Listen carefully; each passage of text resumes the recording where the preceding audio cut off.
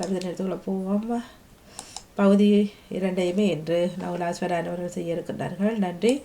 நேரம் 9:57 ஆரம்பமாகின்றது கவிதை நேரம். பகுதி 1, 2 தொகுத்து வழங்க இருக்கின்றார் நகுலாஸ்வரன் அவர்கள். இனிய காலை உற்சாக வணக்கம் பக்கம் வாருங்கள். இனிதான காலை உற்சாக வணக்கம் வாணிமோகன். இனிதான காலை உற்சாக வணக்கம் அன்பு நேயர்களே. நீங்கள் பார்த்தும் கேட்டுக்கொண்டும் இருக்கும் பாமுகத்தில் கவிதை நேரம். கதை விதை கவி அத்தனையுமே தாங்கி வர்ற ஒரு களமாக வியாழன் பிறப்பை இங்கிதமாக நிரப்புகின்ற பிறப்பாகவும் அமைந்து கொள்வது கவிதை நேரம். அந்த வகையில் இன்று இந்த கவிதை நேரம் மலர இருக்கின்றது.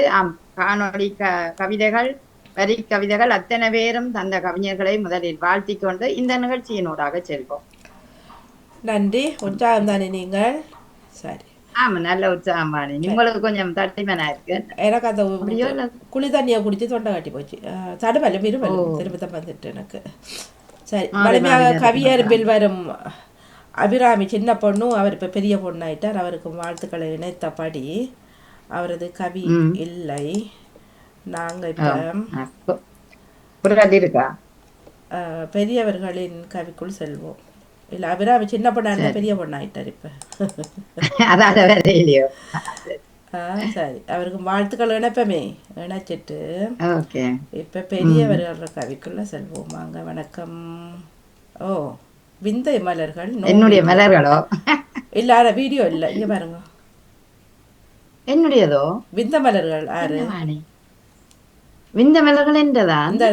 No video, unavailable. This video is private.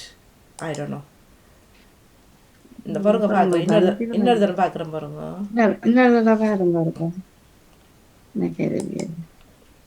அனுப்பிட்டு திருப்பி பாக்கிட்டு பாருங்க பாருங்க. அதுதான். வணக்கம். கவிதை நேரத்திற்காய் உங்களுடன் நகுலா சிவனா. விந்தை மலர்கள். மலரும் பூக்கள் மணக்கும் பொழுதில் நிலவும் வந்து நெஞ்சை மயக்கும். அழகு விதிக்கும் அருமை பூக்கள் பழகும் மனதை பற்றி இழுக்கும். பழகும் மனதை பற்றி இழுக்கும். இதழ்கள் விதித்தே இனிமை பரப்பி முதன்மை பூக்கள் முகிழ்க்கும் நாளும் நிறங்கள் பலவும் நிறைவாய் காட்டி திறனை கூட்டும் திடமாய் பூக்கும். நிறங்கள் பலவும் நிறைவாய் காட்டி திறனை கூட்டும் திடமாய் பூக்கும். இறையை வணங்க இனிய பூக்கள் நிறைக நிறைக நெஞ்சம் தன்னிலே. இறையை வணங்க இனிய பூக்கள் நிறைக நிறைக நெஞ்சம் தன்னில். உலக வியக்கும் உரிமை பூக்கள் விலகா சொந்தம் விந்தை மலர்கள். உலகை வியக்கும் உரிமை பூக்கள் விலகா சொந்தம் விந்தை மலர்கள். நன்றி, வணக்கம்.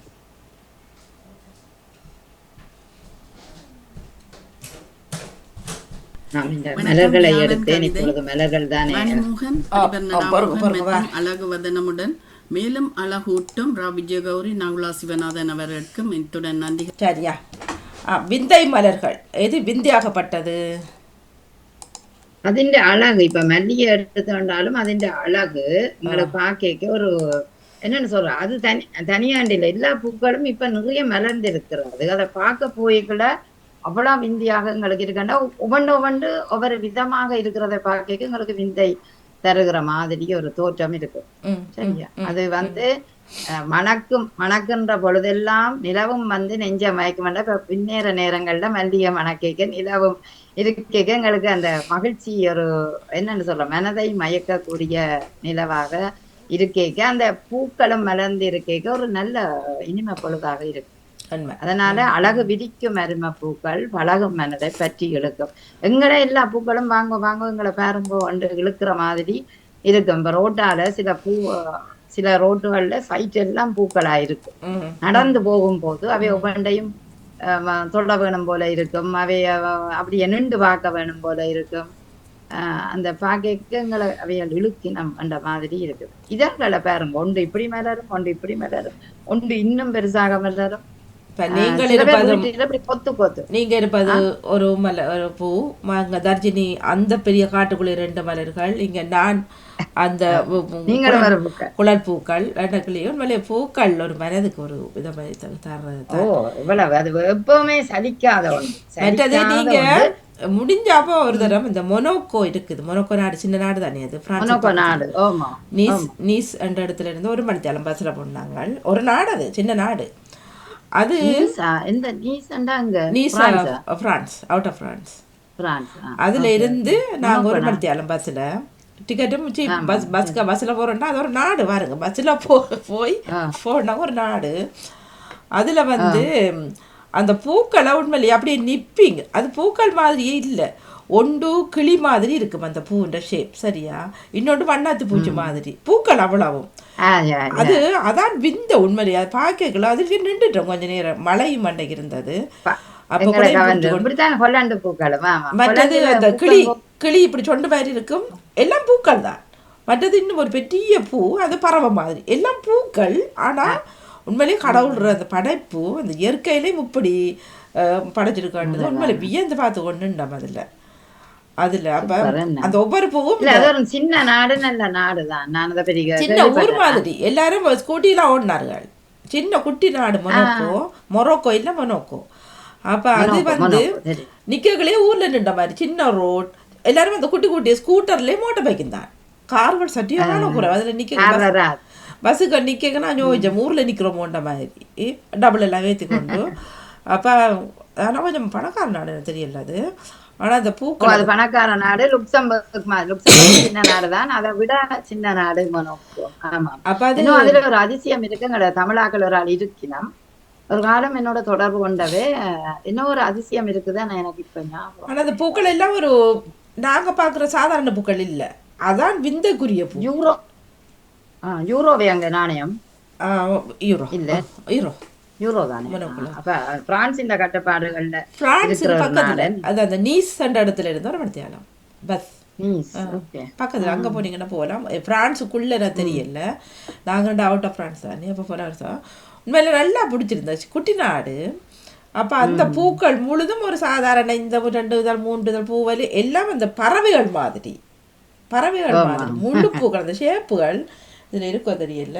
உண்மை அதை வியந்து பார்த்து கொண்டு இருந்தோம். இது இயற்கையில இப்படியும் ஒரு வியப்பான படைப்பான்னு சொல்லி இருக்கும். மற்றது அந்த ஹொலன் பூக்கன் கோவனிலும் சும்மா வெல்கமே அந்த பூக்களால ஒவ்வொரு வகை பூக்களாலேயே அலங்கரிச்சிருப்பேன். அப்படியே அந்த பார்க்க போய்க்கு அதுவும் ஒரு பாரடைஸ் மாதிரி இருக்கும். இன்னும் இவ்வளவு இந்த இருக்கு. நீங்க சொன்ன மாதிரி சாடியல் மாதிரி இருக்கும், தாமரைப்பூ மாதிரி இருக்கும், அப்புறம் அடுக்கு மலர்களை இணைச்சு விட்ட மாதிரி இருக்கும். அப்படியே அந்த கொஞ்சம் வித்தியாசங்களாக இருக்கிறார். அப்ப நீங்க நல்ல ஒரு நாட்டை அருமைப்படுத்தி இருக்கிறீர்கள். ஆமா, ஒரு காலம் போய் பார்ப்போம். இந்த ஐரோப்பிய நாடுகளை நாங்கள் கட்டாயம் பார்க்குவோம். ஐரோப்பாவில் இருக்கிறோம் தானே. இல்லை அதுக்குள்ளேயே உண்மையிலேயே நாங்கள் இங்கேயெல்லாம் டிக்கெட்டை கொடுத்தோம். இங்கேயெல்லாம் போய் வாரோம். எதுவுமே பார்க்கல. அந்த பீச்சில் போய் காலை நினைச்சு போட்டு வாரமே தவிர பக்கத்தில் உள்ளதுக்குள்ளே உள்ளே போனால் தான் அந்த விஷயங்களை பார்க்கலாம். இப்போ லண்டனுக்குள்ளேயே இவ்வளோ விஷயம் இருக்குது. அவுட் ஆஃப் லண்டன் பக்கம் போனால் நாங்கள் சார் டிக்கெட்டை போட்டு வேற ஒரு நாட்டுக்கு போகிறோம். அங்கே போய் அந்த தனியையும் அந்த பூவையும் அந்த பிள்ளையும் பிடி போட்டு வரோம். அதுக்குள்ளே ஃபோட்டோ எடுக்கிறோம்.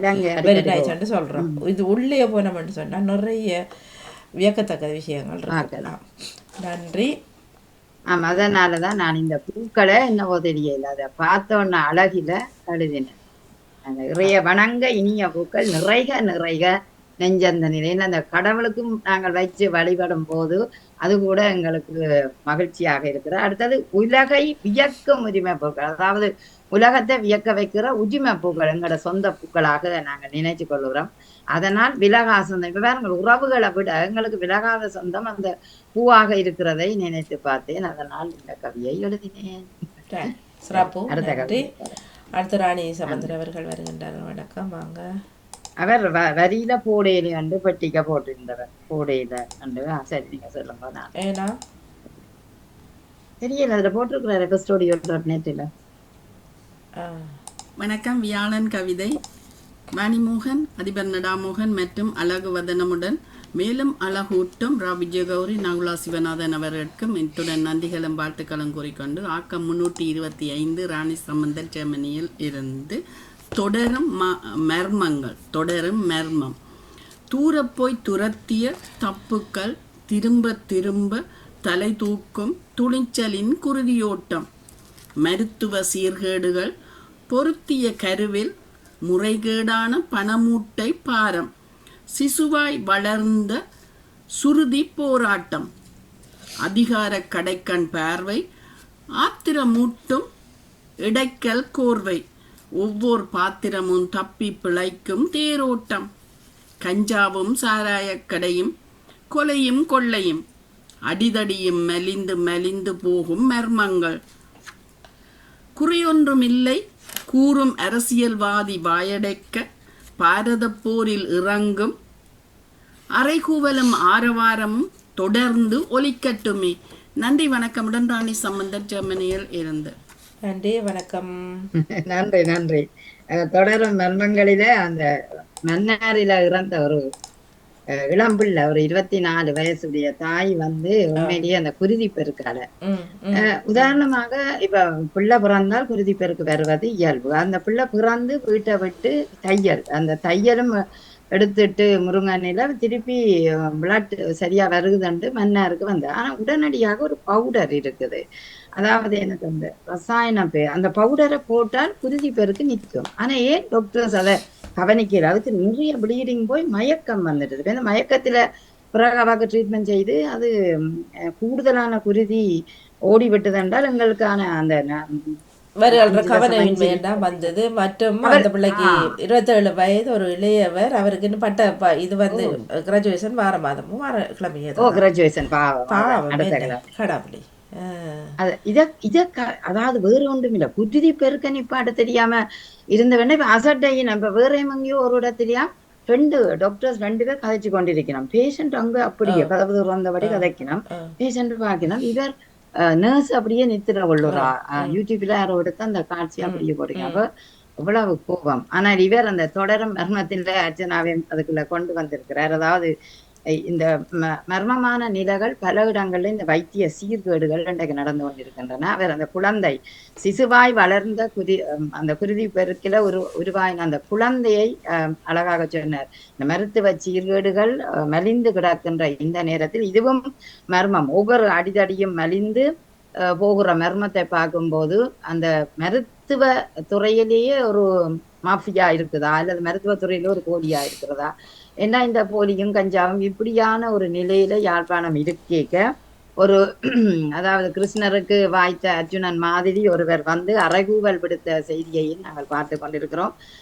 காலம் வந்து ஒவ்வொரு காலங்களில் ஒரு கலியுக காலம் வரைக்குள்ள அதுக்கு நல்லவர்களும் உருவாக்கப்படுகின்றார்கள். ஆதலால் இவற்றை தட்டி கேட்கக்கூடிய நிலையும் ஒரு காலம் உருவாகும். நிச்சயமாக இந்த மருத்துவ சேவை இன்றைக்கு உண்மையிலேயே சரியாக இல்லை.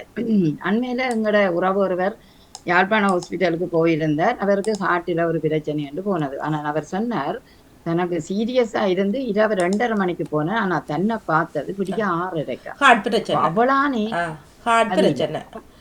சாதாரண பிரச்சனை ஒரு விஷயம். ஒரு மனுஷனுக்கு உயிர் இருக்கா, அங்க இல்ல, அங்க இல்ல மனிதநேயம் இல்ல. அங்க காசுக்கு பிரைவேட் ஹாஸ்பிட்டலை வளர்க்கறதுக்கு டாக்டர்ஸ் அப்படித்தான் போயினோம். ஏனென்றால் அந்த ஏழை மக்களுக்கு உண்மையிலேயே பாவம் அதுகளுடைய சிகிச்சை இதுகள் அதுகள் சொல்லேக்க இப்ப யூடியூப்ல ஒவ்வொருத்தரும் சொல்லேக்கதான் தெரியுது. நான் இப்படி போனேன். அப்ப அன்றைக்கு ஒரு அரியவர் சொல்றார், அந்த புத்தகத்தை என் காட்டி போலீஸுக்கு சொல்றார், நான் வந்து இங்க சாவச்சேரி ஹாஸ்பிட்டல்ல ரத்தம் ஜோதிக்க வந்தேன். அப்ப அந்த டாக்டர் சொல்றாராம், தன்னுடைய பிரைவேட் ஹாஸ்பிட்டல்ல வர சொல்லிட்டு இஞ்சியண்டா காசு இல்லை, அங்க போய் 300 ரூபாய் கட்டி தான் ரத்தம் செக் பண்ணி கொண்டு வர்றான். அந்த இடத்துக்கு போகவே தனக்கு பஸ் காசே ஒரு 20 ரூபாய் முடியுதா? அப்ப யோசிச்சு பாருங்க, இப்படி ஏழை மக்களை இப்படி செய்யற டாக்டர்ஸ் நல்லா இருப்பின மாதிரியா பேருக்கும் போல. அழகாக தொடரும் மர்மத்தை 325வது கவிதையினூடாக அழகாக அவர் அறைகூவல் விடுத்த அந்த நிலையை பார்க்கும்போது மருத்துவத்துறையை கவனிக்க வேணும் என்ற ஒரு எண்ணப்பாடை உருவாக்கின மாதிரி இருந்தது. மிகச் சிறப்பு. வாழ்த்துக்கள் ராணி சம்பந்தர். நன்றி. அடுத்த கவியோட வருகின்றார். வாங்க, வணக்கம்.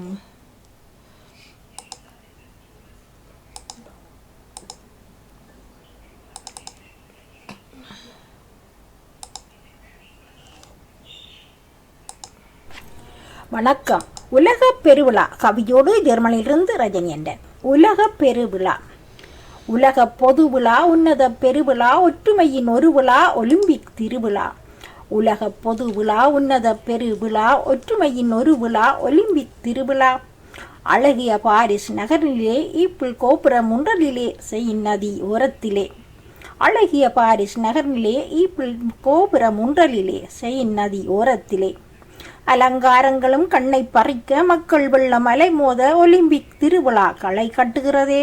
அலங்காரங்களும் கண்ணை பறிக்க மக்கள் வெள்ளம் அலை மோத ஒலிம்பிக் திருவிழாவும் களை கட்டுகிறதே. உயரம் தாண்டி வேகம் தொட்டோடி உலகமே ஒன்று கூடி கொண்டாடும் திருவிழா. உயரம் தாண்டி வேகம் தொட்டோடி உலகமே ஒன்று கூடி கொண்டாடும் திருவிழா. ஒலிம்பிக் என்ற பெயரில் பிறக்கும் ஒளி ஒற்றுமைக்கும் நட்புக்கும் அடையாளமாகி உலக நாடுகளின் கனவான பேரொளி. ஒலிம்பிக் என்ற பெயரில் பிறக்கும் ஒளி ஒற்றுமைக்கும் நட்புக்கும் அடையாளமாகி உலக நாடுகளின் கனவான பேரொளி. விளையாட்டுக்களும் பெற்பல வீரர்களும் பெற்பல வியர்வை சிந்தி வெற்றி கொள்ளும் களமிது. விளையாட்டுக்களும் பெற்பல வீரர்களும் பெற்பல வியர்வை சிந்தி வெற்றி கொள்ளும் களமிது. கண்டங்கள் 5 முனைந்து வளையங்கள் 5 ஆகி அண்டத்தில் ஒன்றோடு ஒன்று கைகோர்க்கும் அழகு. கண்டங்கள் 5 முனைந்து வளையங்கள் 5 ஆகி அண்டத்தில் ஒன்றோடு ஒன்று கைகோர்க்கும் அழகு. ஒவ்வொரு நாட்டுக்கும் ஒற்றுமையின் சிறப்பே. ஒவ்வொரு நாட்டுக்கும் ஒற்றுமையின் சிறப்பே. வேகம் உயரம் வலிமை எனும் வேத வாக்கை மந்திரமாக்கி. வேகம் உயரம் வலிமை என்னும் வேத வாக்கை மந்திரமாக்கி வெவ்வேறு நாடுகள் வெவ்வேறு மொழிகள் ஒருங்கிணைய விளையாடும் களமிது வீரம் பொங்கும் களமிது. விளையாடும் களமிது வீரம் பொங்கும் களமிது. மனித நேயம் என்னும் கொடி எங்கும் உயரப் பறக்கட்டும். மனித நேயம் என்னும் கொடி எங்கும் உயரப் பறக்கட்டும். எங்கும் உயரப் பறக்கட்டும். நன்றி, வணக்கம். மிக்க நன்றி ரஜனியந்திரன். இப்பொழுது பரிசில் நடக்கின்ற அந்த ஒலிம்பிக் விழாவை அழகாக கொண்டு வந்திருக்கிறார். உலக நாடுகள்ல 4 வருடங்களுக்கு ஒரு முறை நடைபெற மிகப்பெரிய ஒரு விழா இந்த ஒலிம்பிக் விழா. உண்மையிலேயே அது ஒரு உன்னத விழாவாக உலக மக்களை வியக்கின்ற ஒரு விழாவாக இருக்கின்றது. ஆனால் நிறைய குளறுபடிகள் இந்த வருஷம் பரிசில நடைபெற்றதாக பல செய்திகளையும் அறியக்கூடியதாக இருந்தது. அந்த உலக பொது விழாவில ஒரு உன்னத பெருவிழா. அது ஒலிம்பிக்கை வந்து நாங்க சொல்லுவோம் ஒற்றுமையின் விழா. ஏனால் உலக நாட்டில உள்ள சிறந்த வீரர்கள் தான் இதற்கு வருவார்கள். காரணம் அங்க சொல்லுவார்கள் அதுல 3 விடயம் இருக்கிறது. ஒற்றுமை, வலிமை, உயர்வு. அந்த 3ஐயுமே தரக்கூடிய ஒரு விழாவாகத்தான் இந்த விழாவை பார்க்கலாம். அதாவது அந்த ஒலிம்பிக்கில வெற்றி தோல்வியை சமனாக மதிக்க வேண்டும், உயர்ந்த ஒரு எண்ணம் இருக்கணும், வலிமை இருக்க வேண்டும். அந்த 5 வளையங்களும் 5 கண்டங்களை குறிக்கக்கூடியதாயும் அதற்குள்ள இந்த ஒற்றுமை, உயர்வு, வலிமை அந்த அவர்களுடைய மோட்டோவா இருக்கிறது. அவர்களுடைய அந்த சின்னமாகவே அந்த சின்னத்துக்குள்ள இருக்கிற மெயின் பாயிண்ட் அதுதான். அதனால இன்றைய இந்த விழா வந்து பார்த்தா பரிசில ஈகல் கோபுரத்தின் முன்றலில அந்த செயின் நதிக்கரை ஓரமாக நடக்கின்ற ஒரு விழாவாக இருக்கின்றது. மக்கள் வெள்ளம் முதல் நாளே அந்த காட்சியை நீங்கள் எல்லோரும் கண்டிருப்பீர்கள். அதாவது ஆரம்ப விழா மிக அற்புதமாக கண்ணை கவரும் வண்ணங்களோட நடைபெற்ற அந்த ஒலிம்பிக் திருவிழா வந்து இப்போ களை கொண்டே இருக்கின்றது. 1 மாத காலம் அது நீடிக்கக்கூடிய ஒரு வாய்ப்பு இருக்கு. உயரம் தாண்டி வேகம் தொட்டோடி அங்க ஓட்டம் இருக்கும், பாய்தல் இருக்கும், நீச்சல் இருக்கும். இப்படி பல பேர்ல இந்த ஒலிம்பிக் விழா இருக்கும். அதாவது பல விளையாட்டுகள் இதற்குள்ள ஒளிந்திருக்கும். ஒலிம்பிக் என்ற பெயரில் பிறக்கும் மொழி ஒற்றுமை நட்பின் அடையாளம். அங்க வந்து நாங்கள் அந்த விளக்கை ஏற்றும் போது கூட அந்த நாட்டின் பிரசித்தி பெற்றவர்களால தான் அந்த ஒலிம்பிக் விளக்கே கொண்டு செல்லப்பட்டு ஏற்றப்பட்டது. இந்த முறை அந்த தமிழாலும் அதற்குள் இடம்பெற்றிருந்தார் என்பதும் உண்மையான ஒன்று. அதே நேரம் விளையாட்டுக்கள், வீரர்கள் அவர்கள் எப்படி வியர்வை சிந்தி வெற்றியை அடையக்கூடிய களமாகவே இந்த களத்தை நாங்கள் பார்க்கின்றோம். கண்டங்கள் இணைந்து வளையங்களாகி அண்டத்தில் ஒன்றோடு ஒன்று கைகோர்க்கும். அதாவது உலக பரப்பில அதை போடுவார்கள். அந்த வெள்ளை கொடியில அந்த வளையங்கள் 5 கலர் உள்ள வளையங்களை போடும்போது அவை ஒவ்வொரு நாட்டுக்கும் ஒரு ஒற்றுமை என்ற சிறப்பை சொல்லும். அதனால அதுல வேகம், உயரம், வலிமை, வேகம், உயர்வு, வலிமை அந்த 3ஐயும் சொல்லக்கூடிய வேத வாக்காகவே அது இருக்கிறதை சொல்லியிருந்தார். அடுத்தது வெவ்வேறு நாடுகள், மொழிகள் ஒன்றிணைய, அதாவது இனங்கள், மொழிகள் அத்தனையும் ஒன்றிணைய நடக்கின்ற ஒரு வீர விளையாட்டுகளாகவே இந்த விளையாட்டுகளை பார்க்கிறோம். மனிதநேயம் என்னும் கொடியும் அங்க நாங்கள் முதல் ஏற்றுறாங்க. அந்த நாட்டு கொடி மனிதநேய கொடி. அடுத்தது இந்த விளையாட்டு, அந்த விளையாட்டுக்கான கொடி. அப்ப இதை பார்க்கல வந்து ஒற்றுமையோட விளையாட வேண்டும், அந்த ஒருமையான எண்ணத்தை உருவாக்க வேண்டும் என்ற ஒரு நிலை வருகிறது. சரி, இப்பொழுது நான் ஒரு கேள்வியை தொடுத்து விட்டு கடைசியில் பதில் சொல்கிறேன். இந்த ஒலிம்பிக்கில் வர ஒவ்வொரு வீரருக்கும் தங்கப்பதக்கம், வெள்ளிப்பதக்கம், வெண்கல பதக்கம் என்று கொடுப்பார்கள். அந்த ஒரு விளையாட்டு வீரனுக்கு இவ்வளவு காசு கிடைக்கிறது, அங்கு வந்து வெற்றி பெற்ற ஒருவருக்கு இவ்வளவு காசு, அதுல பங்கு பெற்றின முதலாவது ஆள், அவருக்கு முதலாவது இடத்தை அவர் பெற்றாருன்னா அவருக்கு இருக்கக்கூடிய இப்ப உயிரோ தான் பரிசு கொடுக்க போகுது. அந்த உயிரோ எவ்வளவு என்றதை நீங்கள் தேடிக்கொள்ளலாம். நான் இறுதியில் அந்தபடியை சொல்லுவேன் என்று சொல்லிக்கொண்டு உலக பெருவிழாவான அந்த ஒலிம்பிக் விழாவை அழகாக கொண்டு வந்த ரஜினி அண்ணனுக்கு சிறப்பான வாழ்த்துக்களும் பாராட்டுகள். நன்றி. நீங்கள் ஒலிம்பிக் விளையாட்டுல ஒரு கானா நாட்டில உள்ள ஒருவர் இப்பொழுது நீக்கப்பட்டிருக்கிறார். ஏன்னா அப்புறம் டோப்பிங் போட்டிருந்தார். அதாவது டோப்பிங்னா உங்களுக்கு தெரியும், அதாவது ஒரு போதை, அது இன்னும் வேகத்தை கூட்டக்கூடிய போதை மருந்து அணிந்தவர். இன்னொரு ஆக்கள் அவையும் ஆப்பிரிக்க நாடுதான். அவர்கள் என்ன செய்திருக்கிறார்கள் என்றால் ஈகிள் கோபுரத்தை பார்க்க வந்திருக்கிறார்கள். இங்கே ஒரு கட்டுப்பாடு இருக்கிறது. ஒலிம்பிக் விளையாட்டு வீரர்கள் ஒலிம்பிக் முடியும் மட்டும் அவர்கள் வெளியில் சொல்லித்தான் அங்க போக வேணும் என்ற பாதுகாப்பு கொடுக்குது அந்த அரசாங்கம். எல்லா நாடுகள்ல உள்ள போலீஸ்மாரும் பாதுகாப்பு கொடுக்கணும். அப்ப இவர்கள் வந்து சொல்லாம வந்தாம், அதை அறிந்து அவற்றை ட்ரெயினருக்கு அவருக்கும் தெரியல, அதை கண்டுபிடித்து இப்பொழுது 2 விளையாட்டு வீரரை அந்த போட்டியிலிருந்து நீக்கி இருக்கிறார். இப்படியான அது பிள்ளைதானே. ஏனென்றால் ஒன்று நடந்தா அவருக்கு இதே நேரம் இப்ப நீங்கள் அறிஞ்சிருப்பியெல்லாம் நம்ம மனுஷன்ல நடைபெற்ற ஒலிம்பிக் போட்டியில ஒருவர் வெட்டி கொல்லப்பட்டார். அப்ப வெளியால போனா தானே இதுகள் நடக்கும். அப்ப பாதுகாப்பு இல்லை. வணக்கம் மாணி. வணக்கம் நகுலா. நீங்க இறுதியில சொல்லுங்க. இல்ல நான் அதுக்கான பதில் சொல்லல. அந்த இலங்கை பெண்ணொருவரும் வந்து ஒலிம்பிக்கில் வந்து பங்கு பற்றி அவர் பாய் ஃப்ரெண்டோட வெளியில் சென்று அதுவும் பிடிபட்டு சர்ச்சையில் இருக்கிறது. நன்றி. ஆமா, நிறைய அதுவும் இந்த முறைதானா கூடுதலான விடயங்கள் நடைபெறுகிறதாக இந்த செய்திகள் ஓடினோம் பார்ப்போம். அதோட அந்த ஹிஸ்புல்லா அந்த தலைவரை நேற்று ஈரானில சுட்டு இருக்கிறாங்களோ, அந்த பொம் பண்ணி எரித்திருக்கிறாங்க, எல்லா வன்முறைகளும் நடைபெற்றுக் கொண்டுதானே. நன்றி. நீங்க இறுதியில விடைகளை சொல்லுங்கள். வணக்கம். வாங்க. இனிய கவி வணக்கத்துடன் நெதர்லாந்தில் இருந்த எம் தங்கராஜா. வியாழன் கவி நேரத்திற்காக கவி இலக்கம் 736. முகவரிக்கு மூலமே நீ இன்றி நகராது நாளுமே. அணுமணுவாய் ரசித்தேன், உள்ளமதில் குடி வைத்தேன், ஓயாமல் காதலித்தேன், எண்ணத்தில் பதித்தேன், கருத்தினில் புதைத்தேன், அனுதினம் நினைத்தேன், உயர்வெனவே மொழிந்தேன், அள்ளி அள்ளி புசித்தேன், பசியாரை மகிழ்ந்தேன், அமுதென்றே மொழித்தேன், வரமென அறிந்தேன், வளமென உணர்ந்தேன், அறிவென புகழ்ந்தேன், வாழ்வாக்கி கழித்தேன், மூச்சாக்கி சுவாசித்தேன், பேச்சாக்கி பெருமையடைந்தேன், சிந்தனைக்குள் சிக்க வைத்தேன், படைப்புகளாய் இன்றெடுத்தேன், கலைஞன் என பெயரெடுத்தேன், தெரிந்தவனாய் காட்சியளித்தேன், புலம்பெயர்விலும் தலை நிமிந்தேன், அமிழ்துக்குள் அமிழ்ந்தேன், அனுபவித்தே எழுந்தேன், கிள்ளி எடுக்கவே நுழைந்தேன், அள்ளி கொடுத்திட மலைத்தேன், உயிரெனவே உச்சரித்தேன், உருக்கிவிட கரைந்தேன், இறைவனாக்கி விசுவாசித்தேன், தந்தையாக்கி துதித்தேன், அன்னையாக அரவணைத்தேன், ஆசானாக மதித்தேன், உறவாக்கி உபசரித்தேன், ஊறிக்கொண்டே வருந்தேன், இதுவிருக்க விருந்தேன், வருத்தத்திற்கு மருந்தேன், கவலைகளை மறந்தேன், வாய்விட்டே சிரித்தேன், சொத்தனவே சேர்த்தேன், சொந்தமாக சேர்ந்தேன், சொர்க்கத்துக்குள் வசித்தேன், சுகங்களுக்குள் கசிந்தேன், மனத்தோடு அக்களித்தேன், படைத்து படைத்து கழித்தேன், அறியாமையை கலைத்தேன், புதுமை கண்டு மலைத்தேன், புதியவைகளாய் பிரசவித்தேன், நாவை கொள்ளை கொண்ட சுவைத்தேன், நாளும் பொழுதுமாய் சுவைத்தேன், எல்லாமே இதுவென முடிவெடுத்தேன். நன்றி, வணக்கம். நல்லது. தேன் தேன் தேன் தேடி உன்னை அண்டே நண்ட போல ஒரே முகவரிக்குள்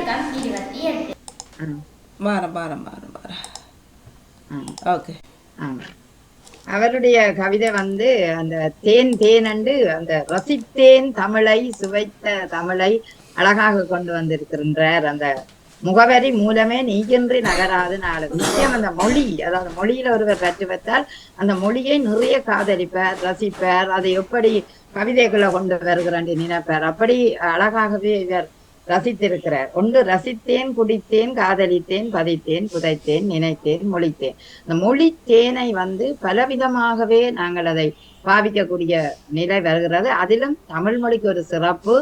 எந்த கவிதை ஊடாகவோ எந்த வரி ஊடாகவோ எங்களோட சொற்களை புகுத்தி பார்க்கக்கூடிய ஒரு அழகு தமிழ் மொழிக்கு மட்டும்தான் இருக்கிறதுன்றது சொல்லுகிறார்கள். ஏனைய மொழிக்கு சரியாக பொருந்தாதண்டு. இப்ப எங்களுக்கு அணுவணுவா ரசித்தேன் உள்ளமதில் குடி வைத்தேன், திருப்பவும் அந்த தேனை பயன்படுத்தக்கூடிய நிலை வருகிறது. சில மொழிகளுக்கு அப்படி வருவதில்லை என்று விஞ்ஞான ஆய்வாளர்கள் சொல்லியிருந்தார்கள். அப்படி பார்க்க அவர் அந்த அள்ளி எடுத்து அந்த தமிழை அவர் கிள்ளித்தான் பார்த்தாரோ அல்லது அதை நுட்பமாக பார்த்தாரோ புதுமையாக பார்த்தாரோ, ஒவ்வொன்றையும் பார்க்கும்போது அந்த தேன் புசித்தேன் மகிழ்ந்தேன் மொழித்தேன் அறிந்தேன் உணர்ந்தேன் அறிவென புகழ்ந்தேன் கழித்தேன். அப்ப மொழியோட வாழ்வாகி அந்த வாழ்வோட அறிவாகி அறிவோட வளமாகி உணர்ந்த அந்த நிலையை பார்க்கக்கூடியதாக இருக்கின்றது. அவை ஒரு மொழி என்பது சுவாசத்தோட ஒன்றிணைந்ததாக இருக்கின்றது. அந்த வகையில் முச்சாகி சுவாசித்தேன், பேச்சு, சிந்தை, படைப்பு, கலைஞர், அத நேரம் புலம்பெயர்விலும் தலை நிமிர்ந்தேன் என்றால் இந்த மொழியால வழி தேடி அந்த வழியை தங்களோட படைப்பாக்கினவர்கள் தான் அதிகமாக இருக்கிறார்கள். ஆமா, ஆனா அதாவது வழியை தேடினாங்கள், ஆனா தமிழை பணமாக்க தெரியாத ஒரு வழியில தான் என்று எல்லோரும் நிற்கிறோம். அதுவும் ஒரு கவலைக்குரிய இதா. அதாவது மொழியை நாங்கள் பல வகையில் படைக்கின்றோம், படைப்பை காசாக்கக்கூடிய நிலையை உருவாக்கினால்தான் எங்களோட மொழி இன்னும் வெகுவாக அடுத்த சந்ததியையும் கவர்ந்து கொள்ளும் என்பது உண்மை. அடுத்தது அமிழ்ந்தேன் எழுந்தேன் அள்ளி கொடுத்து மலைத்தேன் உயிரென உச்சரித்தேன் உருகிவிட கரைந்தேன். நாம் அதை உயிராக உச்சரிக்கின்றோம், உயிராக அதை நினைக்கின்றோம், பிறகு இறைவனுக்கே அதை விசுவாசமாக்கி கவிதையாக பூவாக சமர்ப்பிக்கின்றோம். அப்ப இப்படி பார்க்க அந்த மலைத்தேன் உச்சரித்தேன் கரைந்தேன் விசுவாசித்தேன் என்ற ஒரு நிலைக்கு பார்க்க அந்த தேன் என்ற அந்த மொழி அழகாகவே அந்த உருகி ஓடுவது போலத்தான் எனக்கு இருக்கிறது பார்க்கும்போது. குதித்தேன் அரவணைத்தேன் மதித்தேன் உபசரித்தேன் ஊறிக்கொண்டே வருந்தேன் இதுவென விருந்தேன். வருத்தத்துக்கும் மருந்தாக நீதான் இருக்கின்றாய். நிச்சயம், அதாவது ஒரு வார்த்தை கூட மருந்தாக இருக்கின்றது. கடந்த கிழமை ஒரு வைத்தியரிடம் சென்றிருந்தார். அங்கு இவருக்கு இயலாம சரியாக வீட்டில மயக்கம் போல வந்து உடனடியாக ஆஸ்பத்திரிக்கு போட்டார். அங்க அவர் பிளட்டுகள் மட்டும்தான் டெஸ்ட் பண்ணினா, ஒன்றும் மருந்து கொடுக்கல. 6 மணிக்காலும் வச்சிருந்தார்கள் இரவு, ஆனா தண்ணி மட்டும்தான் குடித்தார். அப்ப இங்க நாங்க பார்க்க தண்ணி குடிக்காத காரணமும் இந்த வெக்கைக்கு ஆக்களை மயக்கக்கூடிய நிலை வரும். அப்ப இங்க நாங்கள் எப்படி பாக்குறோம்னா நிச்சயம் தண்ணி குடிக்க வேணும்ன்றது எல்லாருக்கும் தெரிய வேணும். அப்ப அங்க போய் டாக்டர்கிட்ட போய் சும்மா நீங்க நிக்கிறீங்க, உங்களை வருத்தி அது எடுத்து இது எடுக்கணும், ஆனா ஒன்றுமே கண்டுபிடிக்கவே இல்லை. தெரியும். அப்ப என்ன நடந்தது? நீங்கள் தண்ணி குடிக்காதால மயக்கம் வந்தது. அப்ப அதை வீட்டிலேயே நாங்க குடித்திருந்தா ஹாஸ்பிட்டலுக்கு போக வேண்டிய அவசியம் இல்லை. அப்ப மருந்தாக அப்ப அங்க போய் என்ன டாக்டர் ஒரு ஆறுதல் வார்த்தை சொல்றாரு. அந்த வார்த்தையிலேயே உங்களுக்கு ஓகே எனக்கு மாறும் வாரம். அப்ப யோசிச்சு பாருங்க, ஒரு வார்த்தை கூட மருந்துதான். அந்த இதை எனக்கு இதுல இருந்து அதை சொல்ல வேணும் போது இருக்கிறது. யாரு முருதரும் இல்ல, இவாதான் இந்திரா ஞானசேகரன். அதான் டாக்டர்கிட்ட போய் 6 மணிக்கு போய் 12 வந்தா ஒரு மருந்தும் கொடுக்கல ஒண்ணும் கொடுக்கல, தனியா தண்ணி குடிச்சவா தண்ணிய குடிச்சிட்டு சும்மா இருந்து வந்துட்டாவா. அத வீட்டே குடிச்சு கம்பட்டு இருக்கலாம். நான் சொன்னேன், நீங்க தண்ணி குடிக்க குறைவாக குடிச்சா மயக்கம் மருந்தானே, அத வீட்டிலேயே டெஸ்ட் பண்ணிட்டு போயிருக்கேன். அதுதான் அப்படி பாக்க வேற வாய் விட்டு சிரிக்க அது சேர்த்து சொத்தாக சேர்த்தவராம், சொர்க்கத்துக்குள் வசித்தவராம், சுகங்களுக்குள் கசிந்தவராம், மனதோடு அக்களித்தேன் அதனோட உள்ளுக்குள்ள இருந்தேன் என்று சொன்னார். அதெல்லாம் படியலிலும் கழித்தேன், அதை அறியாமையை கிளைத்தேன், புதுமை கண்டு மலைத்தேன், புதியவைகள் பிரசவித்தேன். ஆதலால் நாவை கொண்டு அந்த மொழியை சுவாசிக்கின்றார். ஆளும் பொழுதுமாய் சுவைத்தேன், எல்லாமே இதுவெனவே முடிவெடுத்தேன்.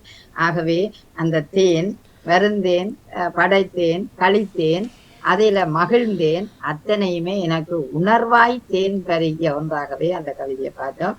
மிக சிறப்பான வாழ்த்துக்கள் ஜெயந்தங்கராஜா. வித்தியாசமான ஒரு அழைக்கு கொண்டு வந்திருக்கிறீர்கள். வாழ்த்துக்கள். நன்றி, வணக்கம்.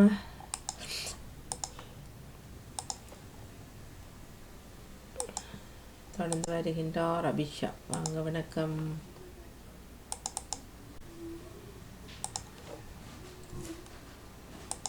தலைப்பு நட்பின் மகிமை. அனைவருக்கும் வணக்கம். நான் உங்க அபிஷா. வியாழன் கவிதை நேரம். இலக்கம் 28. தலைப்பு நட்பின் மகிமை. எதிர்பாராத நேரத்தில் கிடைப்பதே நட்பு. எதிர்பாராத நேரத்தில் கிடைப்பதே நட்பு. நாம் தேடிச் செல்லாமல் அதுவே நம்மை தேடி வரும். நாம் தேடிச் செல்லாமல் அதுவே நம்மை தேடி வரும். பூக்களின் வாசனையை புரிந்து தேனீக்கள் வருவது போல நட்பும் தேடி வரும். பூக்களின் வாசனையை புரிந்து தேனீக்கள் வருவது போல நட்பும் தேடி வரும். எம்மை சுற்றி எப்போதும் ஒரு நட்பு வட்டம் இருக்கும். எம்மை சுற்றி எப்போதும் ஒரு நட்பு வட்டம் இருக்கும். எமது துன்பத்திலும் இன்பத்திலும் பங்கெடுப்பதே நண்பர்கள். எமது துன்பத்திலும் இன்பத்திலும் பங்கெடுப்பவர்களே நண்பர்கள். எமது கவலைகளை தீர்ப்பவர்களும் நண்பர்களே. எமது கவலைகளை தீர்ப்பவர்களும் நண்பர்களே. நன்றி, வணக்கம். நன்றி நன்றி அபிஷா. நட்பு நிச்சயம் உங்களுக்கு தேவையான ஒன்று. அதாவது உப்பு போல நட்பு எப்போதும் இருக்க வேண்டும். அப்போதுதான் தப்பில இருந்தும் தடைகளை நீக்கியும் அறிந்து கொள்ளக்கூடிய ஒரு வாய்ப்பு நட்புகள் சூழ்ந்தால் இருக்கும். அந்த வகையில் அந்த எதிர்பாராத நட்பில் கிடைக்கும் நன்மை. அதாவது நட்புகள் எப்பொழுதும் எதிர்பார்த்து கிடைப்பதல்ல. சில நேரம் எதிர்பாராமல் வந்து உதவி செய்கிற நட்புகளும் பார்க்கின்றோம். அவர்களை நண்பர்களாக ஏற்றுக்கொள்ளுகிறோம். நாம் தேடி சென்றாலும் அதுவே நம்மை தேடி வரும். அவ்வளவு அந்யோன்யமாக இருந்த நட்பண்டா நிச்சயம் தேடியே வரும். பூக்களின் வாசனையை புரிந்து தேனீக்கள் வருவதோல் நட்பும் தேடி வரும். நாங்களும் ஒரு அன்பான உறவுகளை தேடி போகக்கூடிய வாய்ப்பு வருது. ஏனென்றால் எங்களுக்கு விருப்பமான உறவுகள். அந்த நட்பு உண்மையான உறுதியான உயர்வான நட்பாக இருந்தால் அவர்களை சூழ்ந்து எங்கள் மனங்களும் செல்லக்கூடிய ஒரு வாய்ப்பு வரும். அதை அழகாக சொன்னீங்க. ஒரு தேனீக்கள் வந்து பூக்களை நோக்கி வரும். அதுபோல நல்ல நண்பர்களை தேடி நட்பு கொள்பவர்கள் வருவார்கள் என்பது உண்மைதான். எம்மை சுற்றி எப்போதும் ஒரு நட்பு வட்டம் இருக்கும். ஆமா, எல்லோருக்கும் நட்பு தேவை. உளவியல் ரீதியாக நட்பு இல்லாதவனுக்கு வந்து வாழ்க்கை வந்து ஒரு தனிமையில அதை விட ரசிக்க முடியாத ஒரு நிலையும் இருக்குமாம். ஆகவே நட்பு வேணும். அது தனிமையை இனிமையாக்கும், மனதை மகிழ்ச்சிப்படுத்தும், உறவுகளை இணைக்கும், உள்ளன்போடு பழகவும் வைக்கும். ஆதலால் நட்பு தேவைதான். எந்த துன்பத்திலும் இன்பத்திலும் பங்கெடுப்பவர் நண்பர்களே. எமது கவலையை தீர்ப்பவர்களின் நண்பர்களே என்று அழகாக சொன்னீர்கள். நிச்சயம் நண்பர்களோட பழகி பாருங்கள். நண்பர்களோட பழகும் போது உங்களுக்கும் மகிழ்ச்சியாக இருக்கும். துன்பத்திலும் இன்பம் இருக்கும். துணிவோடு வாழுவதற்கும் ஒரு வடிகாலா அவர்கள் இருப்பார்கள் என்பது உங்களோட கவிதை மூலம் நாங்கள் உணர்ந்து கொண்டோம். மிகச் சிறப்பான வாழ்த்துக்கள் அபிஷா. இளையோராய் நீங்கள் இணைகிறீர்கள், தொடருங்கோ. இலக்கம் 28 உங்களுக்கு சிறப்பான வாழ்த்துக்களும் பாராட்டுகளும். நன்றி, வணக்கம்.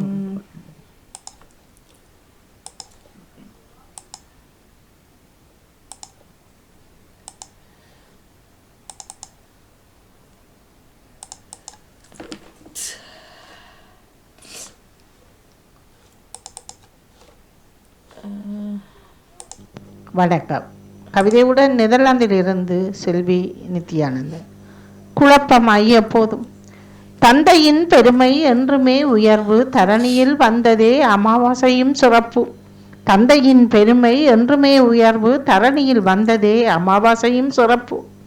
தந்தைதாய் மகத்தான பிறப்பு, தரம் குன்றா மகுடமாய் இருப்பு. தந்தைதாய் மகத்தான பிறப்பு, தரம் குன்றா மகுடமாய் இருப்பு. விடுமுறை நாளாம் அமாவாசை வந்துட விந்தையா என்றுமே வியப்பாய் இருந்திட.